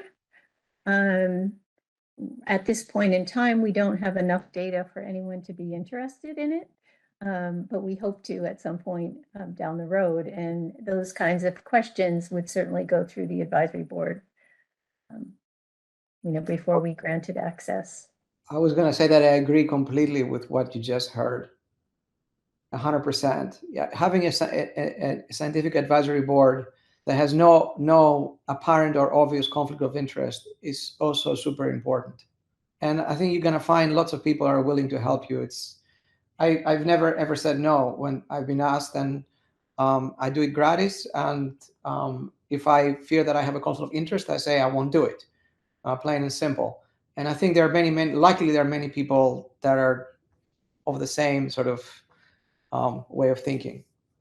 Okay. One of the things I think about like a group like yours could do is find out who's had surgery of these patients, and if they had surgery, what kind of surgery, and did they have specimens obtained? Because DNA is a very stable molecule, as you know, and our capacity to extract it from things and study it has gotten better and better. So when I started saving this tissue, it was like, oh, you got to snap freeze that tissue and put it in minus 80 degrees centigrade freezer, or you can't do anything with it. Well, we do a lot of testing on formalin fixed paraffin embedded tissue today. And the natural history part, you got to have a context for this tissue that you're studying, right? So we wrote an article about death without tracheotomy in craniosynostosis a few years ago. And there was specific genotypes, I can't recall the exact genotypes, but FGFR related genes that had a worse prognosis, right? That greater chance of death. And putting the natural history part together with molecular genetics or some sort of biologic measure is exceedingly powerful in allowing us to understand aspects of this disease. And so if your registry could say, yeah, Johnny Perkins had a surgery at this hospital on this date and could coordinate that, then, people that are studying those genes can get that tissue and study it, right? And it's be like a library. And then if you had a registry with natural history data in it, they could correlate their findings with that natural history. Because I think one of the things that's happened, at least my exposure to craniosynostosis, syndromic craniosynostosis, is the treatment has gotten significantly better. Mhm. Like I reviewed records from our institution from the 80s, and the diagnosis that was given to kids, why they were admitted and stuff like that, rapidly changed. And one of the reasons it's changed is the way in which airway management is conducted has improved. There's different modalities of airway support in babies that weren't used in 1995 that are used commonly today, and they reduce a rate of all kinds of things related to the airway. I can't speak to other things, but definitely for that. So anyway, Would that be like a partnership with like the centers then to get that data? I mean, is that to get those samples of those surgeries? Is that something that could be a partnership with the center? I mean, I don't know. so And would a center yes. be able to provide that kind of thing to a patient organization? Well, if you have a group of people who are interested, you could get it directly from the patient or their family and get their consent to do it. Like Okay. I forget the foundation, but for breast cancer, there's all kinds of, they've had a foundation for years that has a huge amount of data that's clinical, natural history kinds of data. And in that is a consent for investigators to be able to they're like, are they willing to have investigators approach them and stuff like that? So that's one way, just directly to the source, if you will. Okay. And then, the other would be a treatment consortium between hospitals, and that gets harder because you need money to help somebody uh, collect the data and organize it. Like this going through charts and putting it in RedCap. That's a great thing, but that takes a lot of effort. It's a valuable thing. Don't get me wrong. I'm just saying you need that kind of money. But what we do, if we see a patient who is coming here for vascular anomalies, we have a genetics counselor who runs down that tissue wherever it's been taken, and we test that tissue. That's part of our normal process, so that we don't have to repeatedly biopsy something. But then sometimes you do need to biopsy. So excited to present to you Ashley Bach and Olivia Sanborn, who are also going to be sharing a video with us. Ashley is 19 years old and has Apert syndrome. And Ashley has had 52 surgeries to date. Her craniofacial team is in Dallas, and she lives in Houston, Texas. Her best friend, Olivia, is 22 and has Pfeiffer syndrome and lives in Vermont and loves to sing. They try to meet up for doctor appointments and surgeries to make it more fun, which I think is very special.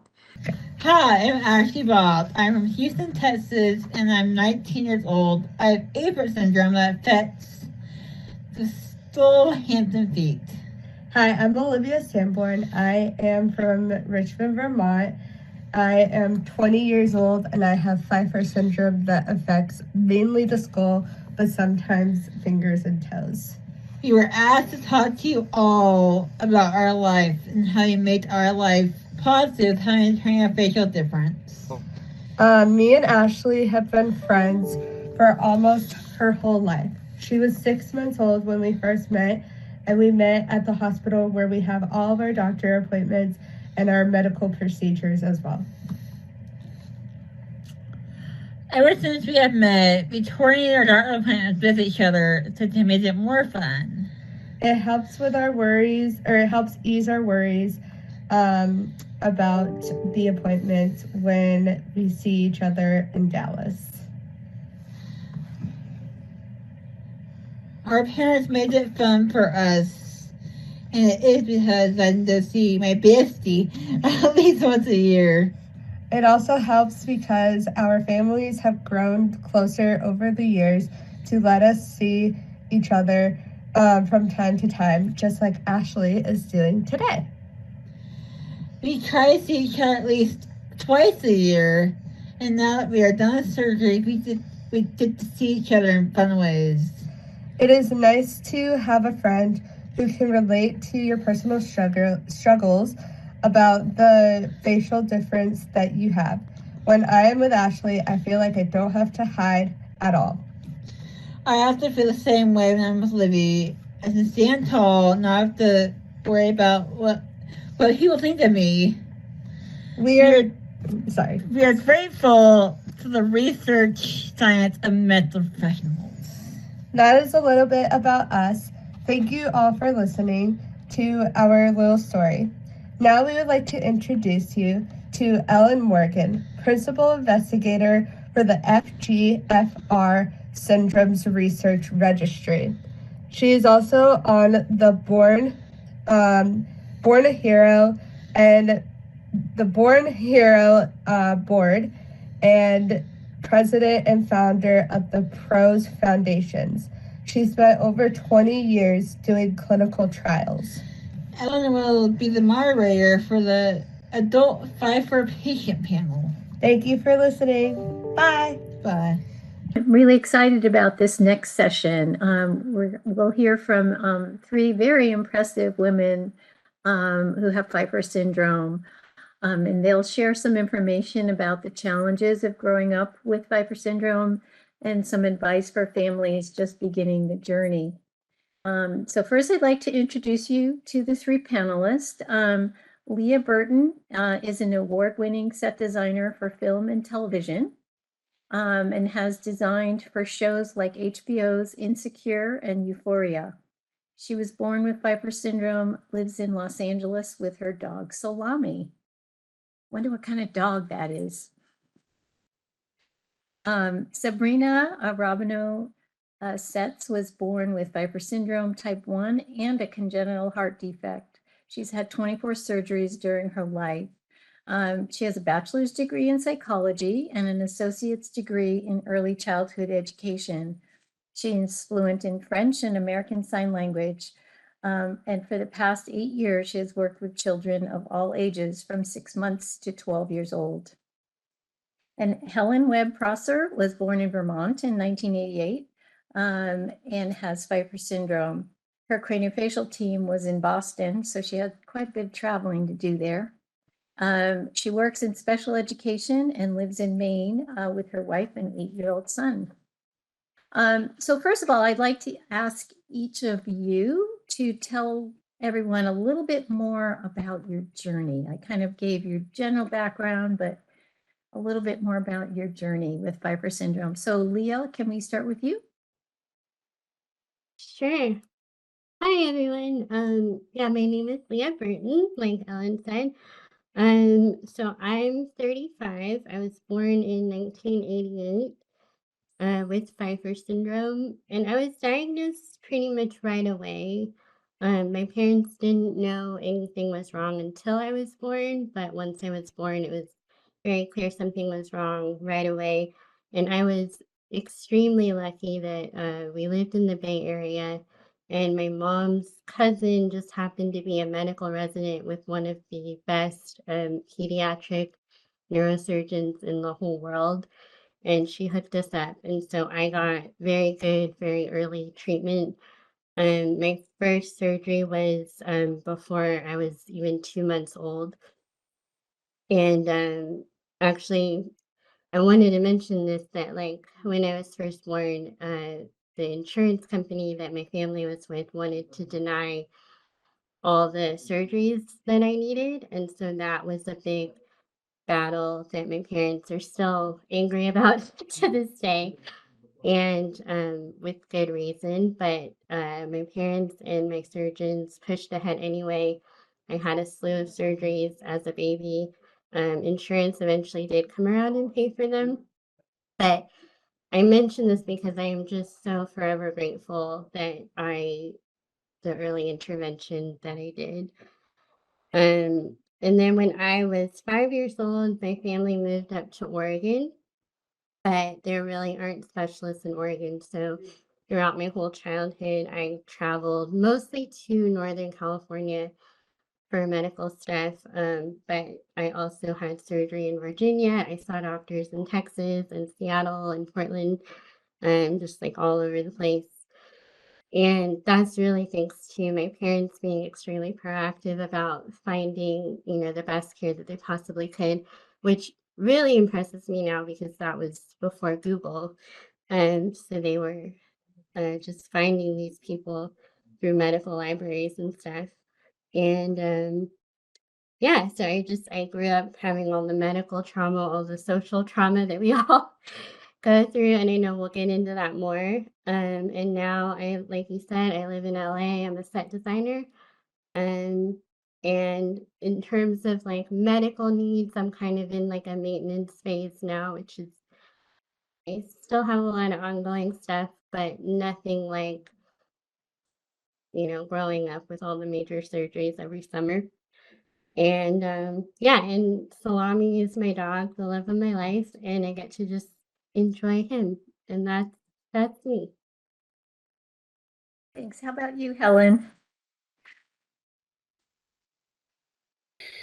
All right, I am Helen Webb Prosser. As we said earlier, I was born in Vermont. I wasn't diagnosed with Pfeiffer syndrome. I just confirmed this with my mother until age 3. I was referred to a geneticist in Boston, and that's where I had all my clinics and care about until I turned about 15.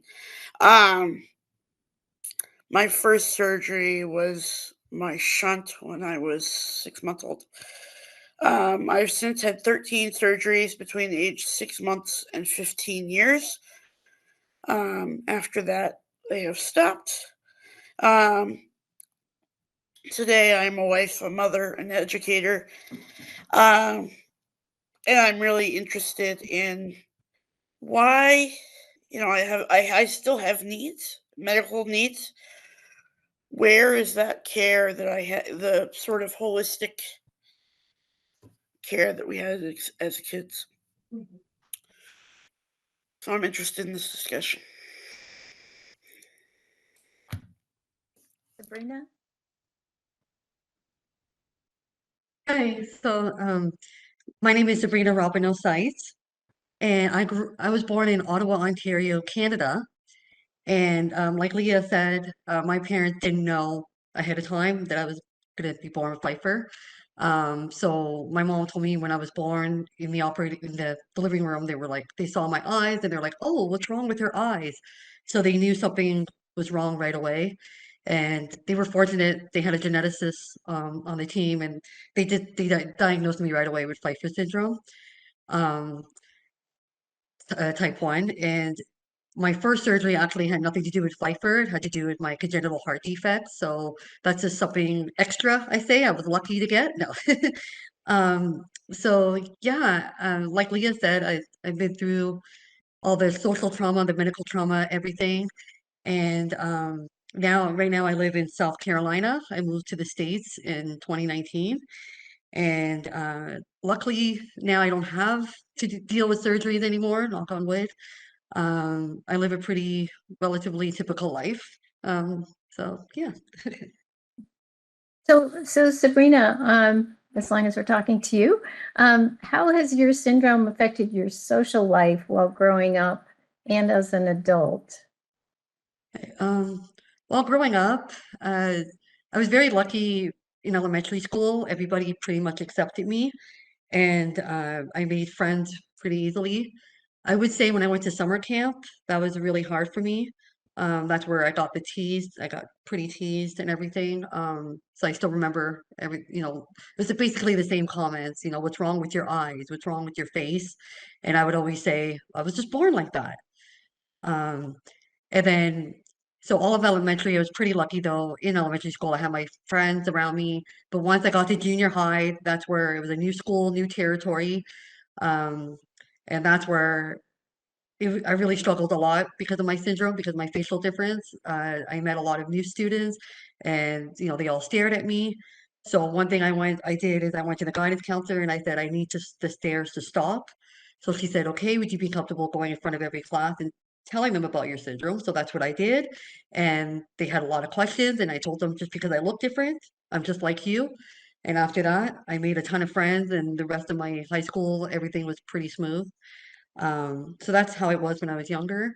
And I would say now as an adult, it's pretty good. I don't notice as much staring as I did before, and I'm able to, like I said, lead a pretty typical life.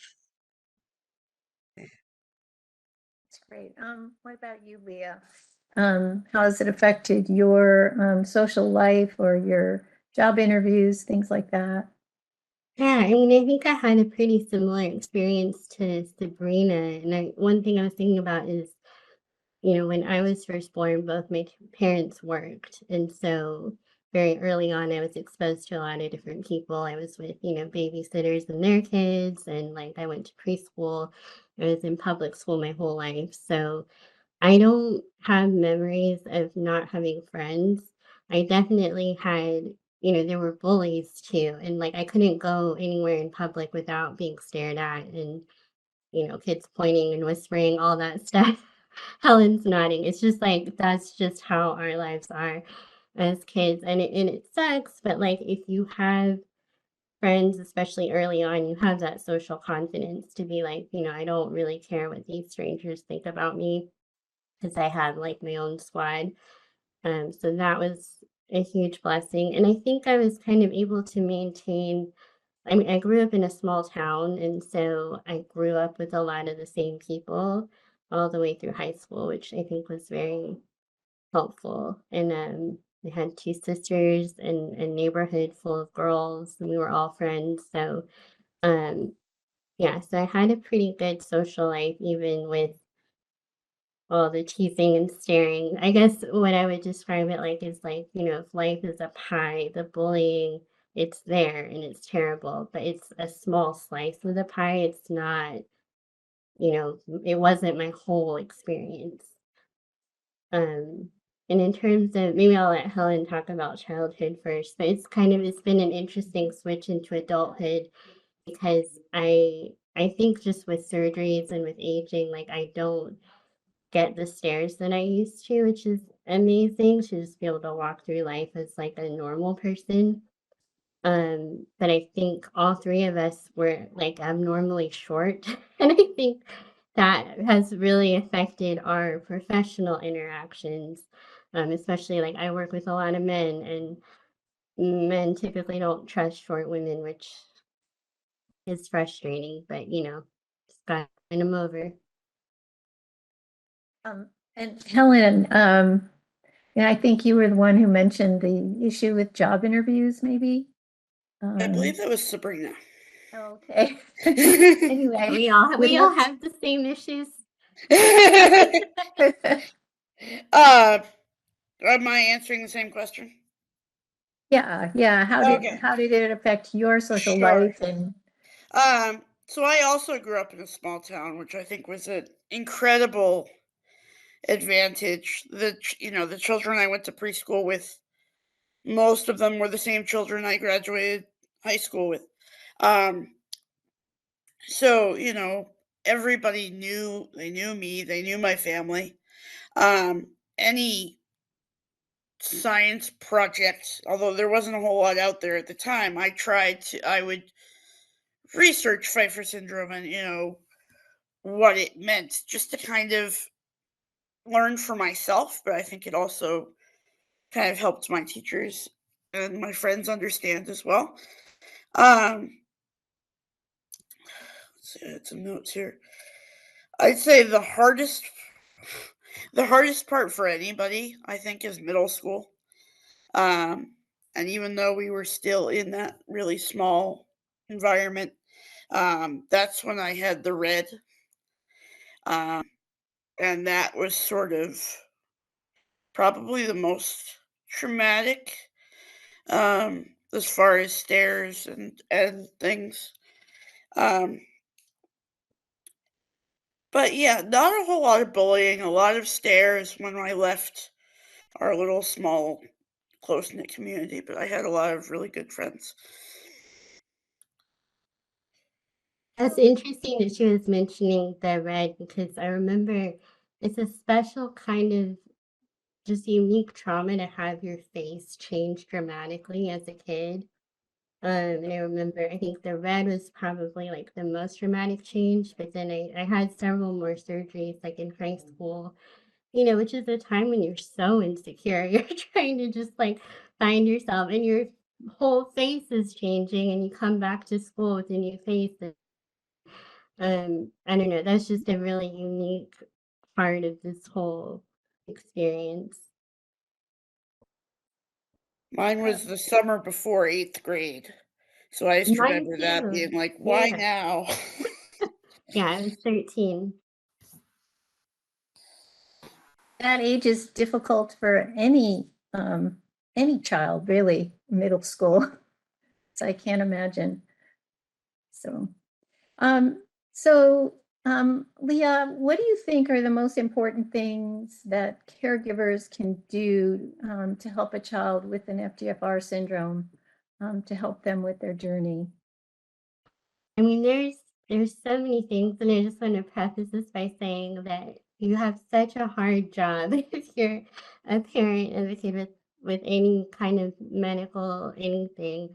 And I'm not a parent, so I'm not qualified to give parental advice. But I think the thing that I talk the most about, just in general, with interacting with anyone, kids or adults with any sort of disability, is just the importance of confidence, of building their confidence, and of you, especially as a parent, being able to model confidence for them. So since this is a research conference, I thought people would appreciate, there's this famous study that was done in the 60s that I'm obsessed with and I think about every day. And it was, there were a bunch of rats like running mazes, and there were two groups of rats. There were these super smart rats, and there were these, average dumb rats.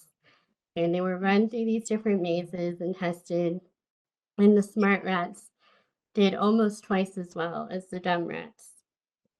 And then at the end of the study, what you find out is that there was actually no difference between the rats at all. The difference was just in how the scientists were handling the rats. And, these are scientists, so like they want to be objective, they want to be fair, they want accurate results, they love all their rats equally.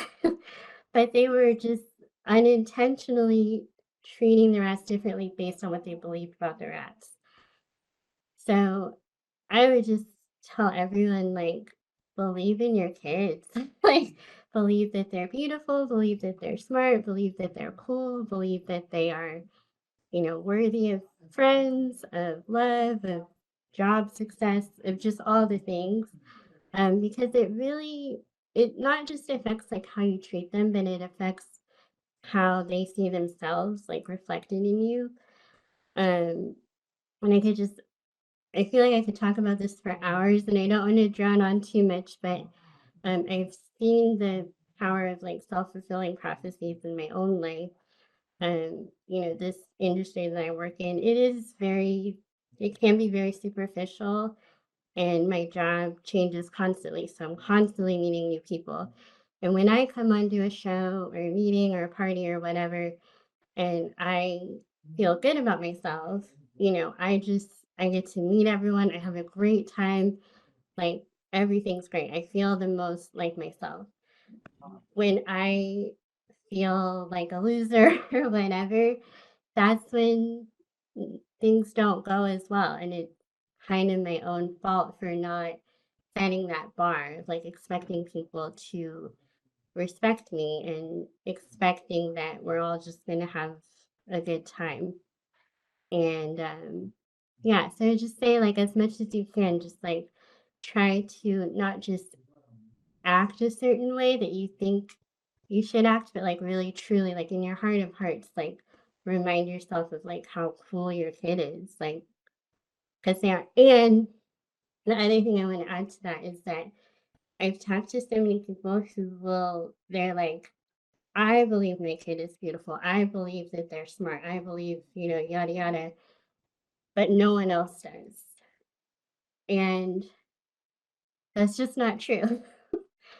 And when you say stuff like that, your kid knows. Like, even if you don't say it to them, they're aware that you think the rest of the world is against them.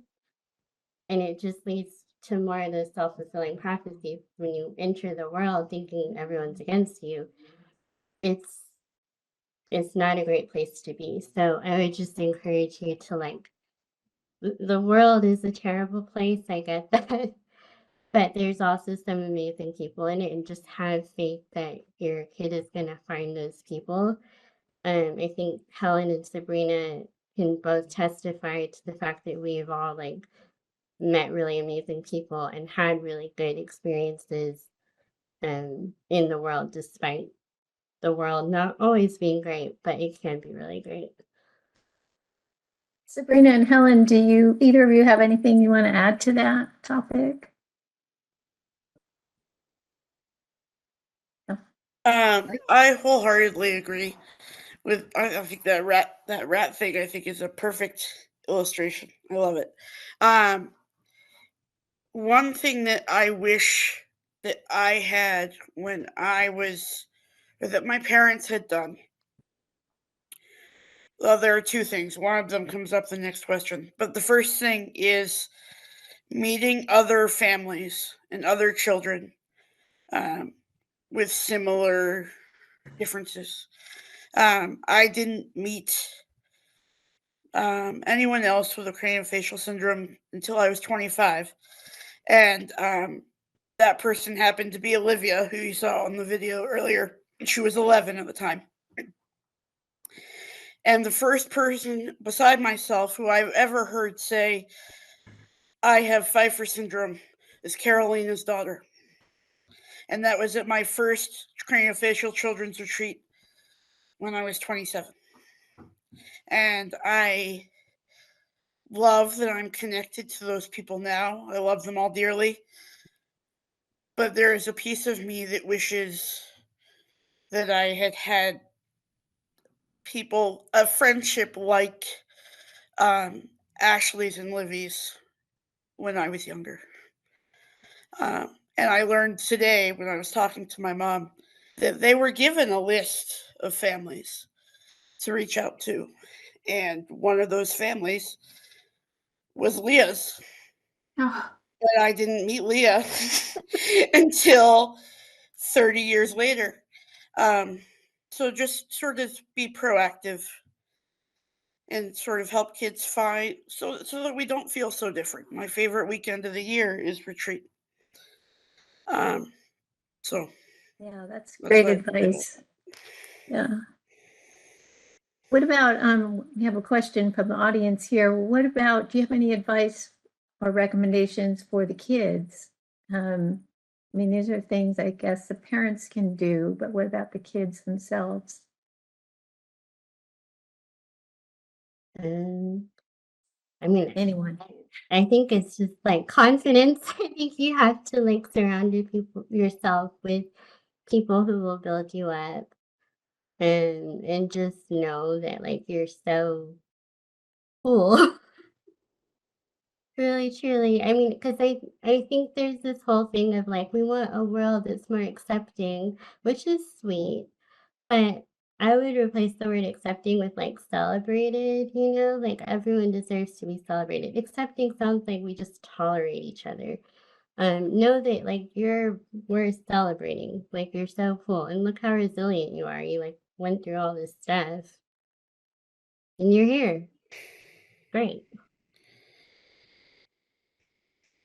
I have another question for you. Helen, what do you wish was different about the healthcare system? And Carolina was also asking about mental health services. So yes. Carolina and I have talked about this a lot. One of the things that I wish was different is that I received mental health services earlier. I didn't see a regular therapist until long after the surgeries were over, and by then I was at a point where it was kind of a desperate situation. Um, I wished that I had had somebody, particularly in the teenage years and in preparing for the major stuff, to kind of process it with a trusted adult that wasn't my parents, that had some knowledge about what was going to happen. So that's the first thing I would change. The second thing, and I'm hoping that has already improved. But the transition from having, I sort of talked about this earlier, a whole team of doctors who are sort of working together to help you with your health stuff. And then suddenly you're an adult and you have to figure this out, and your doctors all have to look up what Pfeiffer syndrome is. My audiologist is very separate from my eye doctor. And I wish that I had some access to some of those specialists as an adult, and that there was some kind of, okay, we're getting closer to adulthood, so we're going to transition to talking about what your adult treatment is going to look like. I have a question from Diana. Other than facial surgeries, did anyone have any spinal surgeries? No. No.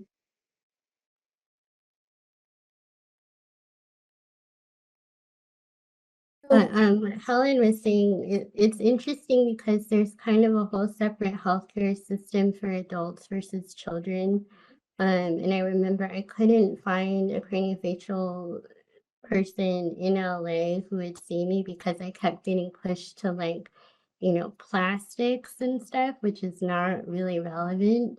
And I ended up finding my current doctor because I met her at a picnic, which is not how you should have to find doctors. But like I met her, I explained what was going on, and she like gave me her card and she was like, you can see me, like we'll bypass the system and I'll see you even though you're over 18. Because she had a lot of adult patients that had been with her since they were kids, but for some reason they don't let them see new adult patients. Carolina's got her hand up. Yeah, I just wonder, I feel like we don't know as much about adults, and like I just curious to like know if there's sometimes things. I know, Leah, you talked to me about this a little bit about things that you wonder, like, is this related to my syndrome? So like I know you talked about a little bit about your GI stuff. So Mhm. talk a little bit about that. Yeah, just that like as an adult, I've had a lot of, different medical issues come up with that are like digestive issues, gynecological issues and stuff. And it's like, is this just being human or is this like part of Pfeiffer syndrome? And, a lot of I keep having issues where I have to like repeatedly go to doctors and they're kind of like, oh, everything's just a mystery and you have this like weird thing we don't understand. So maybe it's part of that. So it is sort of an easy excuse. Like you're unique. So maybe that's just part of it. We don't know what to do. So it would be interesting. I mean, that's why I'm kind of really interested in your registry and your research to see if like there are connections between all of these things. And maybe because we're just so rare, we're too small of a sample size right now to fully understand it. But maybe in the future we'll know if some of these things are related or not. So Amy's got her hand up. I think we have time maybe for just one more question. And I had one about how this syndrome has affected your independence. And maybe Sabrina, maybe you could answer that one. Yeah, sure. Sorry, I haven't talked much. I didn't want to interrupt anybody else. Um, so yeah, I thought about this question, like what I would say to answer this question when you asked me earlier before this conference. Um, so growing up, I was super close to my mom because of all the surgeries and everything. She was more than just my mom. She was like my nurse and my best friend, and going through all the medical surgeries, everything with me. Um, so growing up, I had a few comments from other people saying, "Wow, you're a little." You're really close to your mom, or you're kind of a little too dependent on your mom. And that kind of got me thinking, like, I kind of felt like a little bit like a baby sometimes. Like in high school, I was still relying on my mom for a lot of things.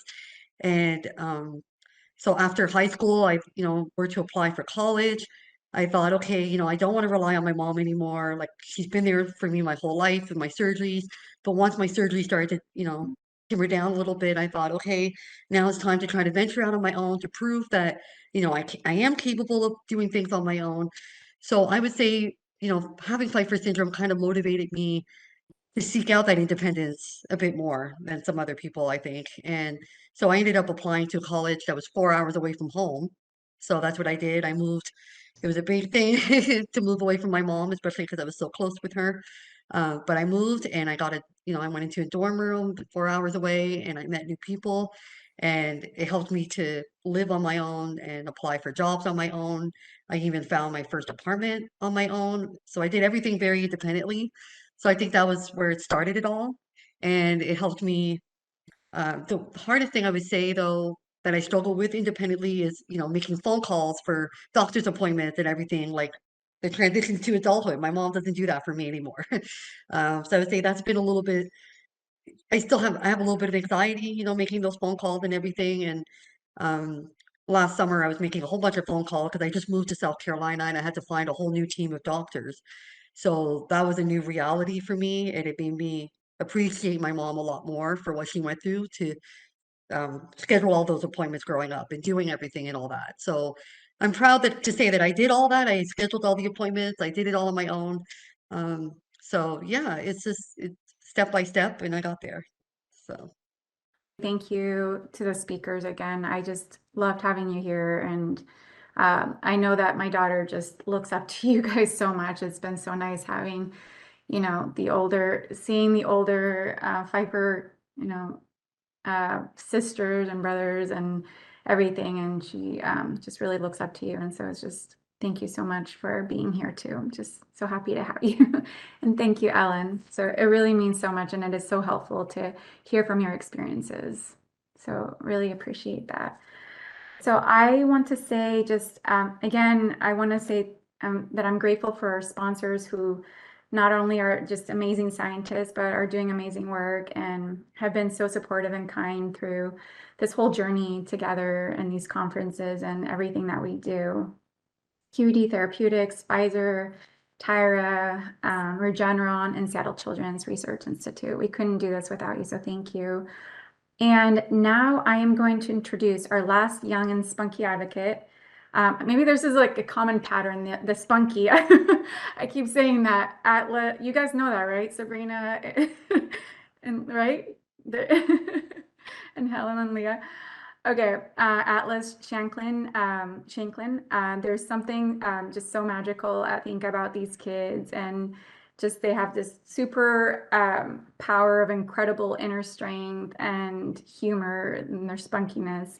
And then they just amaze me so much. Atlas is 8 years old and has Cruzon syndrome and lives in Bellevue, Washington.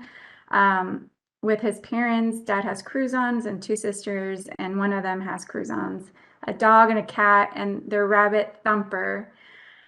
He enjoys acting, dancing, playing baseball, and learning about science. Atlas enjoys chatting it up with the doctors at the craniofacial unit at Seattle Children's. And I just want to say I love that about Seattle Children's, that it's just been a place for him where he feels like he can be himself, feels comfortable, safe, and loved. And I just think that if you can say that about a hospital, that is pretty special. So anyways, I love that the hospitals make it that kind of place for our kids. So. Hi, my name is Atlas, and I am 8 years old. I am from Bellevue, Washington, and I have a rabbit this big. His name is Thumper, and he has ears this long. Some might say he has a craniofacial difference like me. So Dr. Meng is now, or Meng Wu is actually taking over Dr. Richmeyer. So I'm going to introduce him, who has kindly stepped up last minute for Dr. Richmeyer, and I just love that. Thank you. So happy to have him here with us today. He will be moderating the prenatal screening for craniosynostosis, past, present, and possible future panel.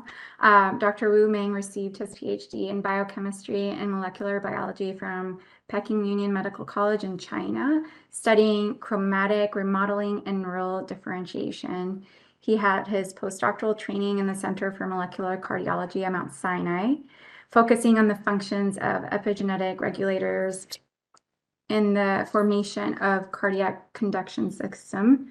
He is currently an instructor in Dr. Ethlyn Wang Jab's group studying molecular mechanisms of human malformation disorders, including craniosynostosis, neural tube defects, and Roberts syndrome. Thank you so much for being here.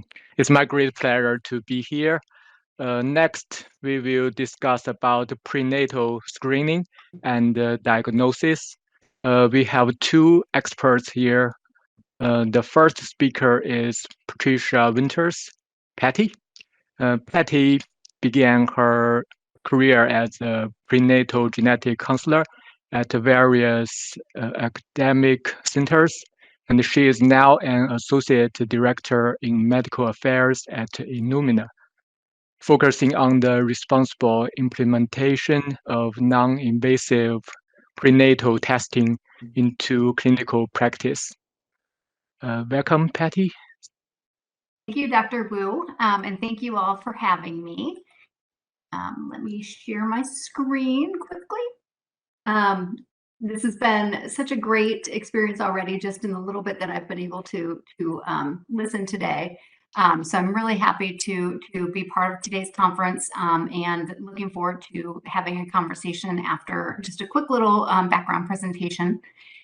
I am an employee of Enfold Equity in Illumina. Illumina is a genomics company, and creates technology for genetic testing. So what I'd like to just kind of start with, I think. Are you sharing your screen? I cannot see your. Can you not see it? Okay. Yes. Looks like I should be, so hold on. There we go. Can you see it now? Yes, I think yes. Okay, perfect. So all you missed is my disclosure screen that I work for Illumina. So sorry about that. So just some general background information regarding congenital anomalies that I think probably everybody on this call already knows, but I just want to point out that most babies are born healthy, which is a good thing. But we do know that about 3% of babies are born with some type of congenital health issue. And what's really important to remember is that there are a lot of different causes for these health conditions. So some are because of extra or missing chromosomes, some are because of some type of prenatal exposure. And then we know that about 2 to 10% are actually due to a single gene change, such as something like an FGFR change that leads to an FGFR related condition. But there's a lot of different causes for health conditions in pregnancies and in developing babies. And so that's why when we talk about things like prenatal screening and prenatal diagnosis, we need to be very clear on what it is that we're talking about screening for. And so screening is a type of test, and I use the word test, but I'll touch base on that a little bit. But a screening test is something that is given to the general population, the asymptomatic population, people who don't have features of a condition. And what it's helpful to do is to identify who has a higher chance for a certain condition and who has a lower chance. So screening tests don't give you a yes or no answer. They just give you more information about whether a condition is more or less likely in a particular individual in a population. And so because it's not giving you that yes or no answer, we have things like false positives and we have false negatives, meaning that if you get a screen positive screening result, it doesn't mean that the condition's there. If you get a negative result, it's reassuring, but it doesn't mean that the condition's not there. But if you do receive one of those increased risk results, a screen positive result, then you can proceed with a diagnostic test. And a diagnostic test is designed to give you that yes or no answer. Is the condition present? Is the condition not present? And so the question is, why not just do a diagnostic test on everyone? Lots of different reasons. It depends on what type of test you're talking about, but it can be much more costly. And so maybe it's not something that can be afforded by healthcare systems or by individuals. Maybe there's some type of invasiveness with the test. So if, just as an example, a biopsy requires us to actually, take a sample from a body. That's not something you just want to do on everybody unless there's a reason. And then when we're talking about prenatal testing, then there is a chance that we can actually cause pregnancy complications by doing diagnostic testings. It's rare. Most of the tests that we offer are quite safe in pregnancy, but there is a chance for pregnancy complications, including miscarriage. And so some people don't want to have one of those diagnostic tests immediately. Now, when we have a symptomatic patient, so somebody who actually has symptoms of a condition, they may skip that screening process already. They've already been identified as saying, okay, there's a higher chance for this condition. Let's just go ahead and go straight to the diagnostic test. So some people may actually not have what we consider prenatal screening in pregnancy because they might actually have a family history of a condition. They might have a previous child who has a condition. They might have some other indication that they already have an increased risk. So their screening test could be simply, what does your family history look like? Oh, there's a family history, let's proceed. Whereas other people who don't have any of these other factors, there may be additional blood type testing that could be available in pregnancy that would give them some more information. So this is just, I purposely kind of made this complicated because it is a complicated topic. So when we're talking about reproductive screening, it's an umbrella term, and there are a lot of different types of screening that are available during the reproductive screening period. And so when we're talking about prenatal screening, we need to be pretty particular about which type of prenatal screening we're talking about if we want to be able to answer questions or get correct information. So just as a brief overview, we do have types of screening that are available even before conception. So one of those is carrier screening. And carrier screening is a blood test that can be done really on anyone. And what carrier screening does is it identifies if individuals might be a carrier for different autosomal recessive conditions. And if that individual is a carrier and their partner is a carrier together, then there may be a chance to have a child born with one of these types of conditions. Carrier screening is something that should be offered to all people considering pregnancy. It's not always done, but it's an example of a type of genetic test that can be done that can identify the chance for certain genetic conditions in a pregnancy or a future pregnancy, but it's not something that's typically going to find an increased chance for an FGFR condition, as most of these are autosomal dominant conditions. And so carrier screening is not designed to detect those. Preconceptionally, there's also screening of embryos. So you can have in vitro fertilization, where you take an egg, you take a sperm, you create a fertilized embryo, and you can actually do testing on that embryo before implantation, before implanting that embryo into a uterus. But again, that's not something that everybody's going to do. That's where we're talking about very costly. We're talking about invasive. And unless there's a family history or a known chance for having a child with a condition like an FGFR condition, most people are not going to have that type of screening. Ultrasound is an interesting one. Ultrasound can be both diagnostic and screen, and is certainly useful when we're talking about FGFR disorders. But I'm going to defer to Dr. Remmers, who's speaking next, to talk more about that. And then non-invasive prenatal testing and first and second trimester screening are probably the most common types of prenatal screening. Those are designed to look for chromosomal conditions. And what that means is it's not designed to look for single gene disorder conditions. So while these are blood tests or sometimes include ultrasound as well, they give you information about the genetic status of a pregnancy, but not specifically for single gene disorders. Although we are advancing technology now, and we are getting some more tests that are available that might actually look for single gene disorders, and I'll talk about that in just a moment as well. And so what I wanted to show here is just that once we do prenatal screening, we can offer prenatal diagnosis with either CVS or amniocentesis. Both of these procedures, as I mentioned, can be done during pregnancy. They do carry a small chance for pregnancy complications, but they do allow us to get tissue from a pregnancy that allows us to give that yes or no answer. And these can be done for either chromosomal conditions or specific single gene disorders that we're looking for. So which of these actually are helpful for diagnosis of craniosynostosis? I've already talked about this. There are ultrasound certainly can be useful. CVS and amniocentesis can be useful if we know what we're looking for.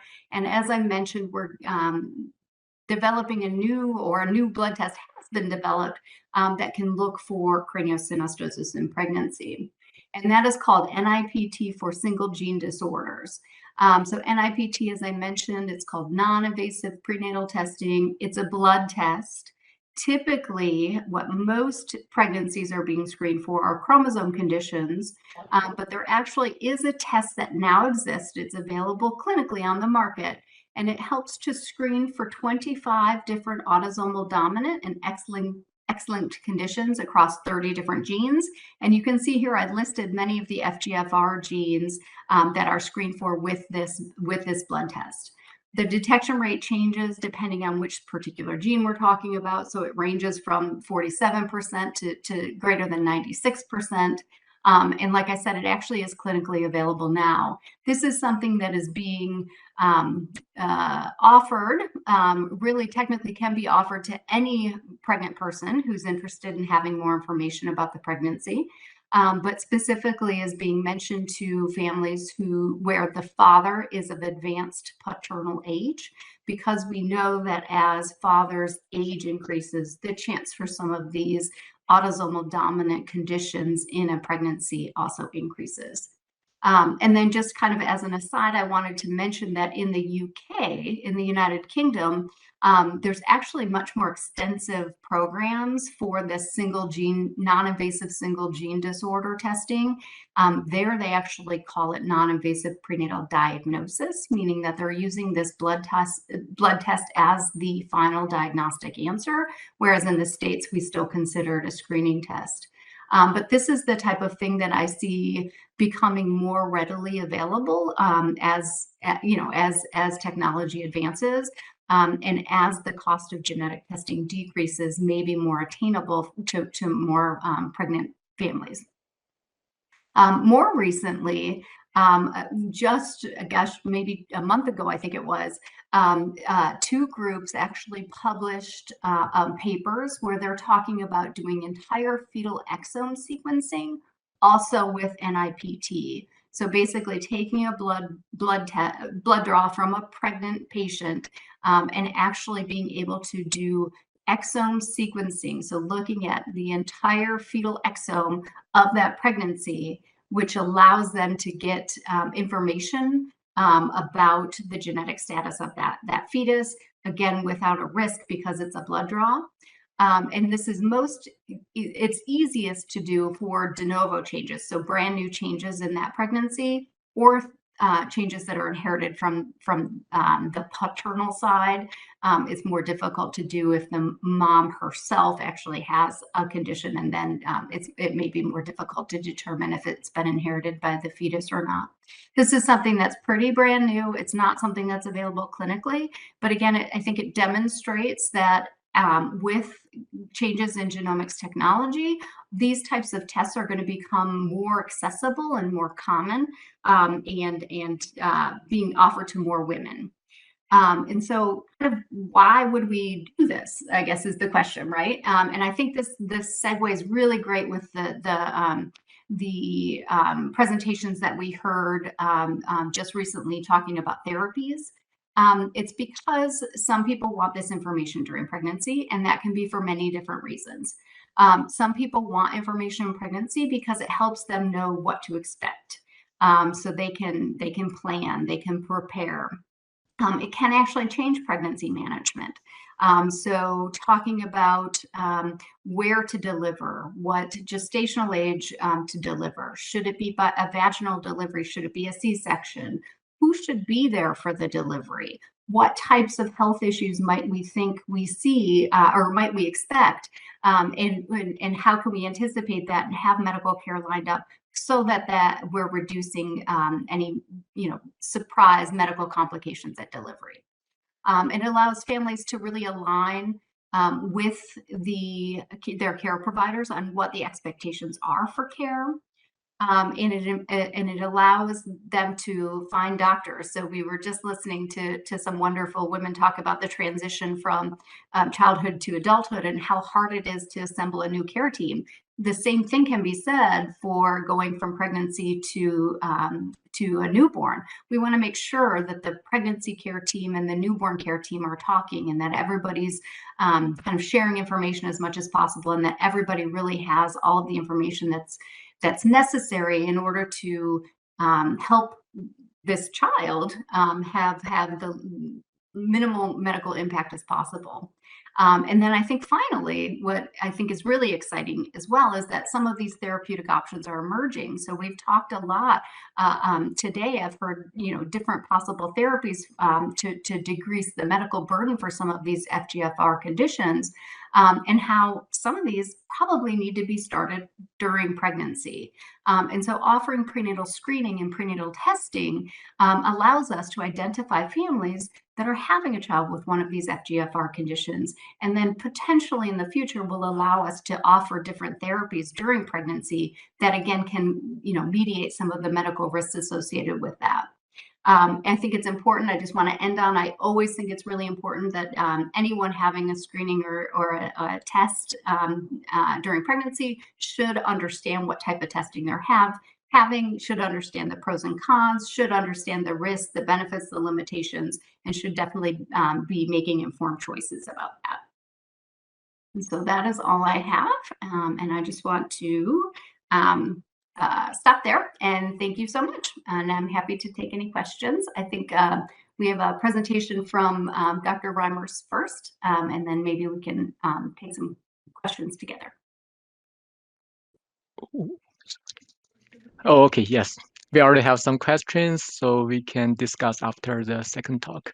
Oh, perfect, thanks. Okay, so our next speaker is Dr. Rebecca Reimers. Dr. Reimers is a perinatologist and a clinical geneticist trained in the Harvard system at Brigham and Women's Hospital, Massachusetts General, and the Boston Children's Hospital. She is currently a principal investigator at the San Diego Perinatal Center, Raleigh Children's Hospital. She studies whole genome sequencing in fetuses with congenital heart disease. She is interested in prenatal diagnosis and therapy for health issues that affect the health of children and families. Welcome, Dr. Reimers. Thank you very much. Sorry, there's quite a lot of institutions in my history. So here we go.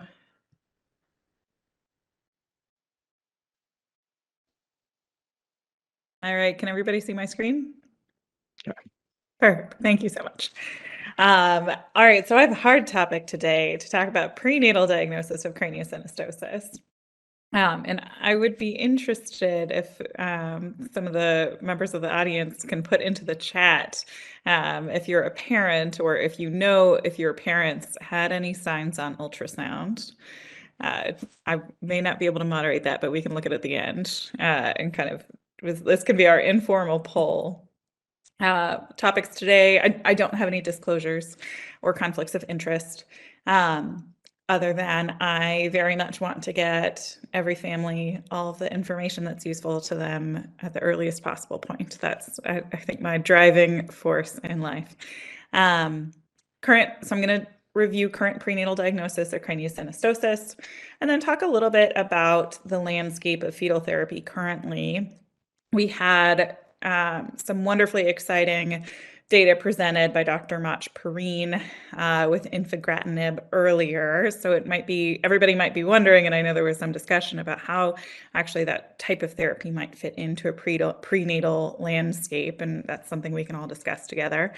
And then I'll tell you a little bit about what we're doing at Rady Children's Institute for Genomic Medicine to advance fetal and neonatal sequencing for diagnosis. Again, just as food for thought for how some of the wonderful science and work presented today might fit into some scopes of care. So everybody here is very familiar with what craniosynostosis is. I don't need to belabor that, but how can we pick that up on ultrasound? So with detailed ultrasounds, you can get 3D images, and you can even get skeletal reconstructions with close attention to the hands, the midface, the heart, and the central nervous system. Oftentimes, like, we should be able to pick clues up. Craniosynostosis is not all. In fact, most is not going to be related to FGFR. So when we pick up craniosynostosis in general, On ultrasound, we classify it as how many sutures are involved. Is it one suture or multiple sutures? Are there other physical features that seem to be different in the fetus or baby, or is it really just the craniosynostosis? And then are there other clues that could all fit together to help give us an understanding of what the cause is? Again, things everybody in this audience probably knows, but the things we are most likely to pick up are going to be metopic craniosynostosis and sagittal craniosynostosis, and those are least likely to be genetic causes. This is an example from a very kind of classic book of a fetus that has craniosynostosis, and you can pick up some features on ultrasound just as an example. You can see this little baby has a kind of wider bridge of the nose and more of a flattened midface. And you can see there's kind of a difference to the cranial vault here, giving the impression of more of craniosynostosis. This and then in this particular fetus, you can see that there's kind of near proptosis or kind of more prominent protrusion of the orbit of the eye. So those are some of the features that we can see in some instances. More examples from this same very classic book. You can see the kind of different curvature to the cranial vault, midface protrusion, and then kind of upturned shorter nose with flattened midface. So those are how we would describe something on an ultrasound report that could give somebody clues. So thinking about that, I queried my group's very extensive kind of 20-year database to see if they've diagnosed anybody with craniosynostosis or kind of differences to the head shape. Really didn't come up with much in my obstetric group. There's this one, kind of this baby that I found. You'll see, has a little bit of a difference to the shape of the head. You could imagine maybe some differences to the midface. And then the eyes, we do a lot of measurements, and the eyes actually measured very typically. And then this actually turned out to be a baby that did not have any craniosynostosis or differences. I show this to highlight a challenge with prenatal diagnosis. We're not very good at diagnosing craniosynostosis. They've done several types of studies to figure out how to get better. This is a paper that talks about different measurements. All of these babies pictured here, they're kind of doing a headband image that's a cross section through an axial plane of the skull and doing different measurements. For babies, you can see obviously there's some kind of pointing of the front of the head, some abnormal shapes, and they tried to see how these different types of measurements actually performed in picking out babies with any sort of differences to the head, and they all performed pretty poorly. This one measure called a cephalic index performed better, but still performed poorly overall. There's not a whole lot of accurate of data really to talk about babies who were diagnosed prenatally. It's actually one reason I was very interested in asking the audience here, and could be a source of some potential work for this group going forwards, is to really look back at a lot of the kids here. This group of authors looked at 19 individuals who had craniosynostosis of a variety of types, and they looked at 26 ultrasounds, and they found that they had experts review those ultrasounds. These are all much older ultrasounds, by the way, and in a retrospective way, only 57% of the ultrasounds, somebody noticed something different about the head shape. Concerning for craniosynostosis. And they didn't make any of these diagnoses in the first trimester. A lot of fetal therapies, probably the earlier that you start them, the better. So this is important to think about in terms of you certainly can diagnose babies on ultrasound, but it may not happen early enough for us. So starting to think about how we can utilize some other screening modalities, such as Ms. Winters talked about with the non-invasive screening might be a way to target affected babies. There also are some interesting new things emerging with artificial intelligence. Recent authors have looked at diagnosing craniosynostosis with an automatic shape classifying tool. These AI tools are very popular in ultrasound right now. And for example, if anybody to delivery in some instances, in many centers, though I will grant that on a more broad review, we might find that is better at very specialized centers. But if we want to talk a little bit more about fetal therapy, and if we had robust diagnosis that was verified as soon as possible, like what does the landscape of fetal therapy look like in general? Fetal therapy is a burgeoning field. To go through a little bit of the history and to orient you to what this picture is talking about, most fetal therapies are delivered either into the amniotic fluid, the black space, or this is actually an image of a needle going directly into the umbilical cord, into usually the vein, and you can actually give blood transfusions, which is one of the first and still most widely utilized fetal therapies, is a blood transfusion for babies with certain types of anemia that are either genetic, infectious, or kind of otherwise. That's our most commonly utilized fetal therapy. But medications can be given into the amniotic fluid or into the umbilical vein. There's fetal surgeries to help with structural differences in certain instances, like with the bladder or with certain hernias where the intestines go into the lung cavity. There's lots of kind of different kind of microsurgeries that are done on fetuses, but most fetal therapy would probably be administered either through amniotic fluid or through percutaneous umbilical blood sampling or installation of therapies in that instance. There are rare therapies that actually are given to the mother for the purpose of treating the fetus, but those are kind of the ways to access babies when they're still in the womb. To go through the history, there's a certain adenovirus that is a useful tool for fetal therapy or for gene therapies in general. And the first model of doing this in a living organism was done in a sheep in 1998.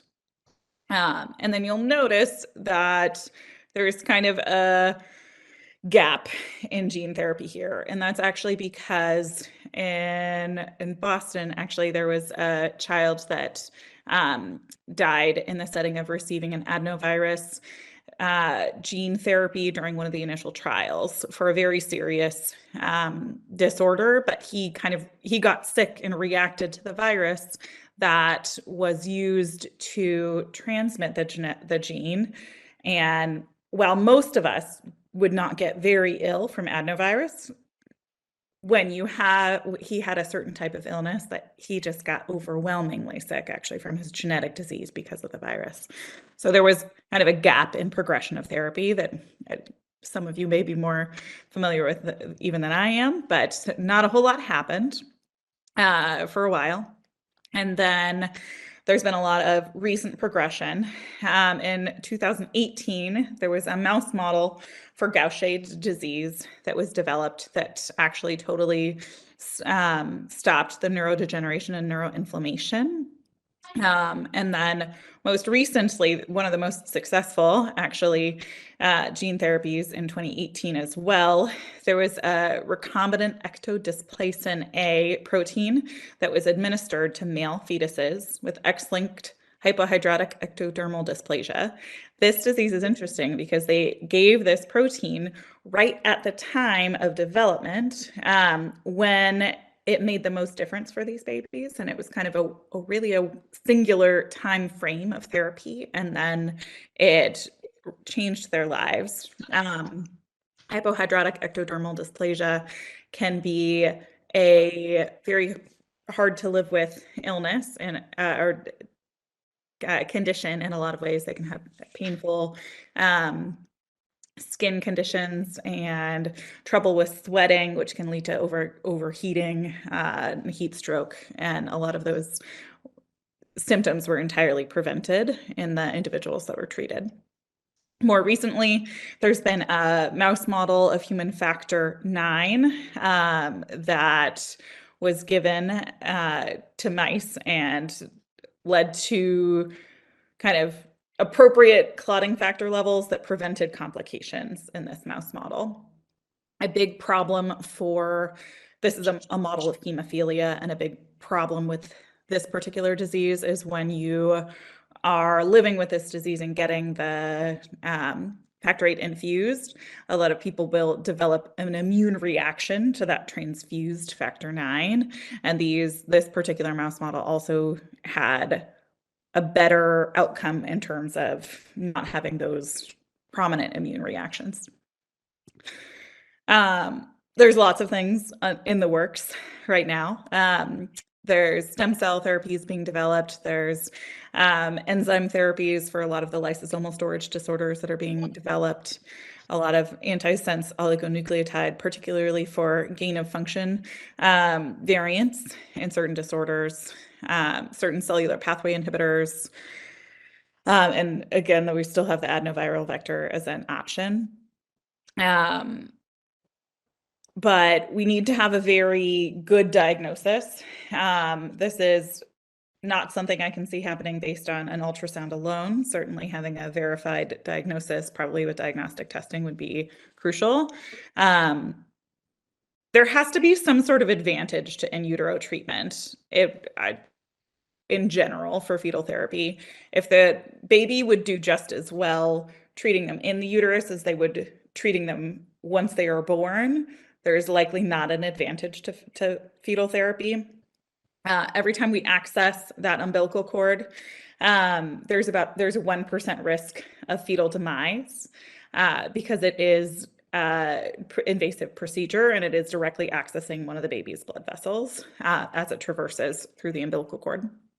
And then because of that risk and the general unknown of fetal therapy and the investigational nature, this is something that would be limited to disorders with severe morbidity or mortality. So kind of one of the tenets laid forth by this consensus statement by one of the fetal therapy associations. Wanted to throw this out there as something to consider. At our Genome Institute, we're currently doing a very large study where we're one of several, not many, centers doing whole genome sequencing on newborn babies. So while fetal diagnosis is not as advanced as I would hope, we are going to have a lot more data soon for newborns. There's a center in New York doing similar things, Genome England, there's a whole consortium, but there's a group in Boston, there's a whole consortium of people that are doing similar studies to see how we can help really change the health of babies' lives through doing genome sequencing on newborns.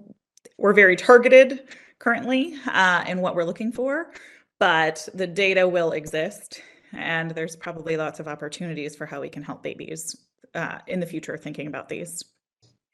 My personal work is working on congenital heart disease. This doesn't have an incredible amount of overlap, but 10% of babies with Apert syndrome actually can have congenital heart disease. So we are, and any family who's getting diagnostic testing, we're doing whole genome sequencing and then returning those results to the family and seeing how they help and influence care. And this is exactly the sort of thing that could be done if we had a little bit more robust ultrasound diagnosis or in combination with non-invasive fetal therapies. So just wanted to give a rundown of prenatal diagnosis and therapy so far. Thank you. Okay, then we can discuss. I think we have already got questions and comments. So the first question from Jess for Patty. So where are we with the progression to a standard practice in regarding to this new NIPT testing? So that's a great question. And I just want to, so NIPT for aneuploidy, for the chromosome conditions, looking for trisomy 21, which is Down syndrome, and also trisomy 13 and 18, is now considered part of standard of care. So most US-based and international OBGYN societies recognize it as an appropriate option to offer all pregnant patients. But again, that's for the aneuploidy. For the single gene disorder screening that I mentioned, currently that is not part of standard practice. So it is not something that's endorsed by medical societies. I wish I knew. I don't actually even know how many pregnancies it's being performed on, but certainly not the majority of pregnancies. So it is something that's still new, and it's not something that has really reached kind of prime time routine pregnancy care. And that likely has to do with cost. So I'm sure insurance coverage is an issue for it. It also has to do with ensuring that patients who are having this test understand it, and who, making sure that they either have a genetic counselor or that they're seeing an obstetrician who has the background, who can actually explain the test to them before they have it, and then also give the results and explain what the results mean as well. And so there are just some limitations right now where it's not standard of practice. I don't know. I'd be curious, Dr. Reimers, if you think it is something that will become standard of practice. I tend not to it, not for in the immediate future. Yeah. We're seeing a little bit of drift. So 22q11 used to not be standard of care, and now the ACMG is actually recommending it be screened for. I do know a lot of people with singleton pregnancies who either are a genetic counselor or are a maternal fetal medicine doctor who actually elect to get the commercial name for this test is Vistara. There's also one through Baylor. It's the same test, as you know. But I do know some very early adopter type people who get the test without an indication. I currently only utilize this test in my clinical practice if I have a suspicion for a skeletal disorder or a heart disorder, or something that it's has a gene implicated that is contained in the test. It's not a standard of care test for me by any means. And I think what the main driver, this is speculation, but I think the main driver towards getting it to standard of care would be if the information can be beneficial prenatally, just as you were talking about. So at this point, we don't have enough evidence that says, yes, it makes sense to screen every pregnancy for FGFR with mutations or any of the other conditions that are included in that screening test, because we don't have that proven therapy. We don't have that proven intervention in pregnancy at this point that really makes sense to do for all pregnancies. Okay. Patty, you mentioned the false positive and the false negative results. And I believe the technology is getting better and better. So how good it is now? So in terms of the NIPT for single gene disorders, what are the false positive or negative rates now? Yeah, so that's a great question too. And I think the answer depends on the condition. So one thing to remember about NIPT is it's looking at DNA in a pregnant patient's blood that is actually coming from the placenta. So even though we say we're testing the fetus, we're actually kind of testing indirectly because we're looking at the placenta. The placenta is formed from the same egg and sperm cell that form the fetus, so the genetics usually are the same, but sometimes there's slight differences. So there are times that you can find a condition in a placenta but not find it in the fetus. So that will always exist with NIPT. That is less worrisome when we're talking about single gene disorders than some other conditions that we screen for, but it can still happen. And then I think more importantly is that that screening test right now is not looking for every single gene change that can cause these conditions. So I mentioned that the detection rate can vary between 46 to, I think it was 96%. I don't remember the exact figures. That means that for certain conditions, half the time, even when it's there, you'll get a normal result. And that's just one of those things that's a limitation right now. It's a limitation on what we know about these genetic conditions and the different changes that can occur in these genes, but also just the technology. We may not be screening for each of the condition or each of the different gene changes that we know about. And so that is something that's really important for people to understand when they're having this screening. And that's why currently standard of care, if there's a family history of one of these conditions, or if there's something on ultrasound that makes you concerned about these conditions, still the more informative option is to have that diagnostic test with either a CVS or amniocentesis. But for people who are unwilling or really opposed to having that diagnostic test, they may consider a blood test to get more information, but that doesn't give you that yes or no answer at this point. I always frame it for patients is that there's a risk either way. You have the risk of not getting information that's helpful and useful to you. You risk not delivering at the right institution, not having the neonatologists be ready for complex airway issues or problems with delivery. Or you risk not having the opportunity to meet with the right specialist prenatally. Those are all risks of not getting an accurate diagnosis. And then there's the risk of the procedure. I mentioned the risk of the PUBS procedure where you go into the umbilical cord is 1%. The risk of the amniocentesis is about 1 in 1,000 or 99.9% safe. So I think many more people should probably be having an amniocentesis than are having it for most indications. Craniosynostosis of different varieties is probably not something we're even telling people enough about to encourage them to get indicated testing, unfortunately. I think that's where we are here.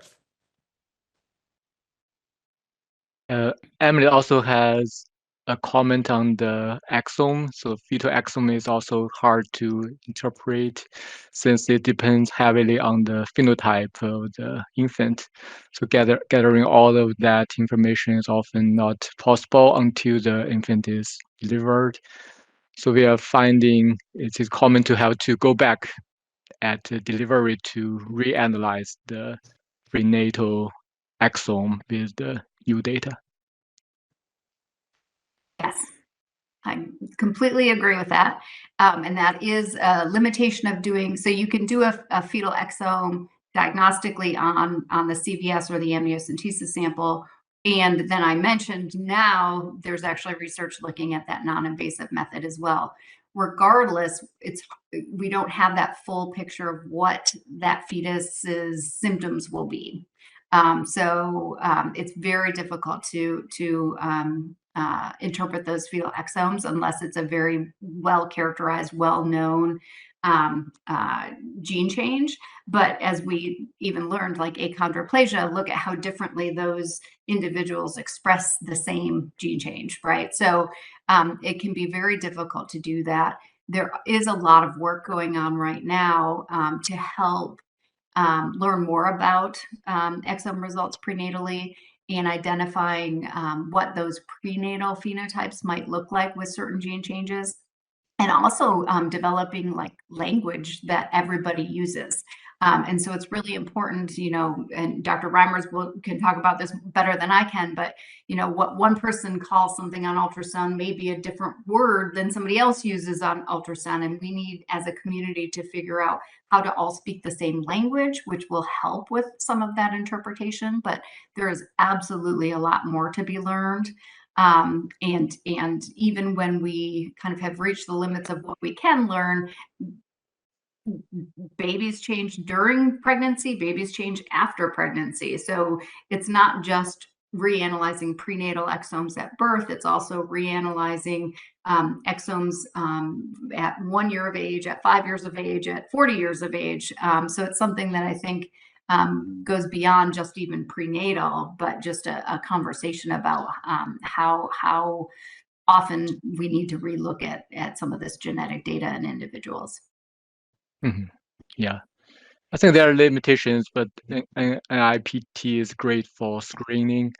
I would ask also, Emily mentioned, so what's the cost for that, and what's the insurance coverage for that? Well, that's an impossible question to answer in the States. So, Dr. Roberts, I don't know what your experience is. The costs can vary significantly, and I don't know what your experience has been with that.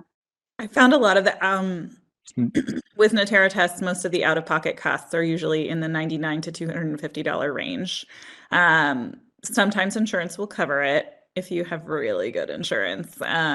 Sometimes it will not, but it's usually in the range of a few $100s. The biggest risk of that test, I think, is that you're testing for something that, again, with 30 genes and 25 conditions, and we have over 20,000 genes. If you're testing for something that is not what the baby has, then you're going to miss it. So that's, I think, the biggest risk with that test. Actually, from a how it performs perspective, it's a very high quality test. It's very accurate for what it looks for. Okay. I think Aries had a question for Dr. Rimus. So for the utero therapy, so the regulatory landscape for in utero therapy is currently an unknown. Is that correct? Well, there are current trials for gene therapies. Most of the current trials are prenatal utilizations for therapies that are approved postnatally. But I wouldn't say it's an entirely unknown regulatory landscape. There are underway trials. Also, I imagine a genetic diagnosis would be the way to go for most unambiguous diagnoses. Not sure if these results would be returnable, though. Yeah, I think we discussed this. Okay, great. But basically, I'm imagining that what would need the test to be done by a CLIA lab. Right? Yeah, it would all be on. I think a CLIA CAP approved lab would be the best way to go in most instances. But I mean, if it was a non-CLIA CAP approved lab and you found a variant that you think is actually, you could sing or confirm it. Right. Well, my experience from OGC is that we can't return anything directly to patients. We have to work with a CLIA lab that from a partner. Actually, we have to deliver it to a partner because we are pharma, so we have other regulatory issues. And that's the right thing to do. I'm not complaining. I think that I don't want to change any of that. That is the right way to do it because we have a conflict of interest potentially. So anyway, I have discussed this with one of the program officers at one of the NICHD programs, and there are some this is not my personal practice, but I think there are some doctors who will return research grade results to patients with the caveat of this is a research grade test. And I think it's probably hard to take medical action based on those. that conversation, I've been part of conversations like this as well. And to somebody like me, it may seem like, oh yeah, of course, I get it, right? But I think a lot of people don't quite understand the nuances involved in, what having a certain variant, a certain gene means. And we already discussed about the phenotypic variation. You can have exactly the same variant, and you could be anywhere near from nearly normal to, very, very impacted. I mean, I've seen this in the diseases that I work on. It's an incredible spectrum of phenotypes, and it's exactly the same variant. The variant is the same. And you can replicate this in mouse models. All you need to do is cross them to different genetic backgrounds, and you can go from almost nothing to something incredibly severe. So that's not surprising. Genetic modifiers are abundant and very hard to find, unfortunately. But anyway, we're digressing. Thank you for the response. Thank you. I think we don't have time for more questions. Thank you so much. Thank you to all the speakers and our moderators and everybody in this section. It's been a great day, great discussions, and that's what I love to see, just everyone collaborating and talking, and then it's also what we do after this too. So thank you, Amy and the Brittnys, for organizing the conference and the AV team. Thanks to all the speakers again and moderators, and just for sharing your gifts with us. Thank you for all of you for joining us and being part of something that is special to us. And thanks to, I just want to say thank you to my husband and kids for, for putting up with me as I go through all these things, and for their support. And a few things that I do want to share with you. Amy Merrill Berger and her colleagues, Kiara, are organizing the Gordon Research Conference on fibroblast growth factors and development and disease. So I wanted to just highlight that and hope that you guys can join. It's going to be March 24th through the 29th in Texas this year. And I will include this in the follow-up email once we have all the recordings ready. Also, just a reminder that the ASBMR conference will be held September 17th through the 30th in Toronto, Ontario. So you could save the date for that too.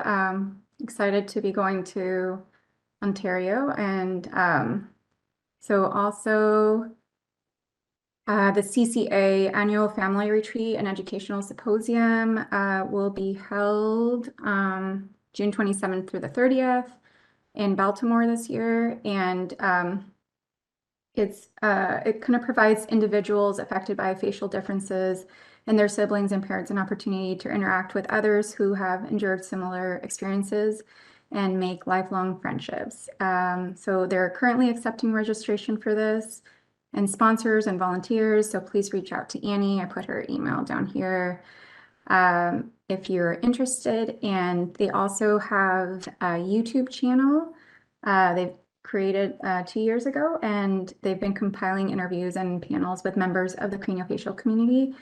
And so that's a great resource for you guys if you want to hear some of those interviews. And then also just to mention, there's other podcasts like Once Upon a Gene or Three Disabled Dudes that are great to listen to be in touch with stories and conversations in the rare disease space.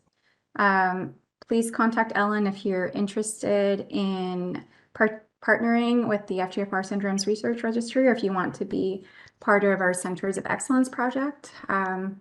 We also just have great resources for our families that will be on our new website, which is coming soon. Sorry for the delay. We will have also private space for medical professionals on the website, which we're really excited about. And we will send out an email once we launch that. Can't wait. If you're interested in having patient input roundtables or workshops for your teams, we can help with managing that for you too. And making that happen for your teams. And let me know too if you want to be involved in anything policy or anything through the Northwest Rare Disease Coalition. We're always looking for help. Email me if you just want to do some brainstorming ideas or want to learn more about either Born a Hero or the Northwest Rare Disease Coalition, or just want us to connect you with someone, anything related to rare disease. Happy to just at least put you in touch with the right people. Excited to meet moving forward with improving mental health options and treatments for our families, and want to continue to explore the therapy options for our families. And I think there's just a lot we learned today, and now we have to start communicating to see how we can execute these ideas. So excited to do that. And I just thank you so much all for being here, and just have a wonderful weekend.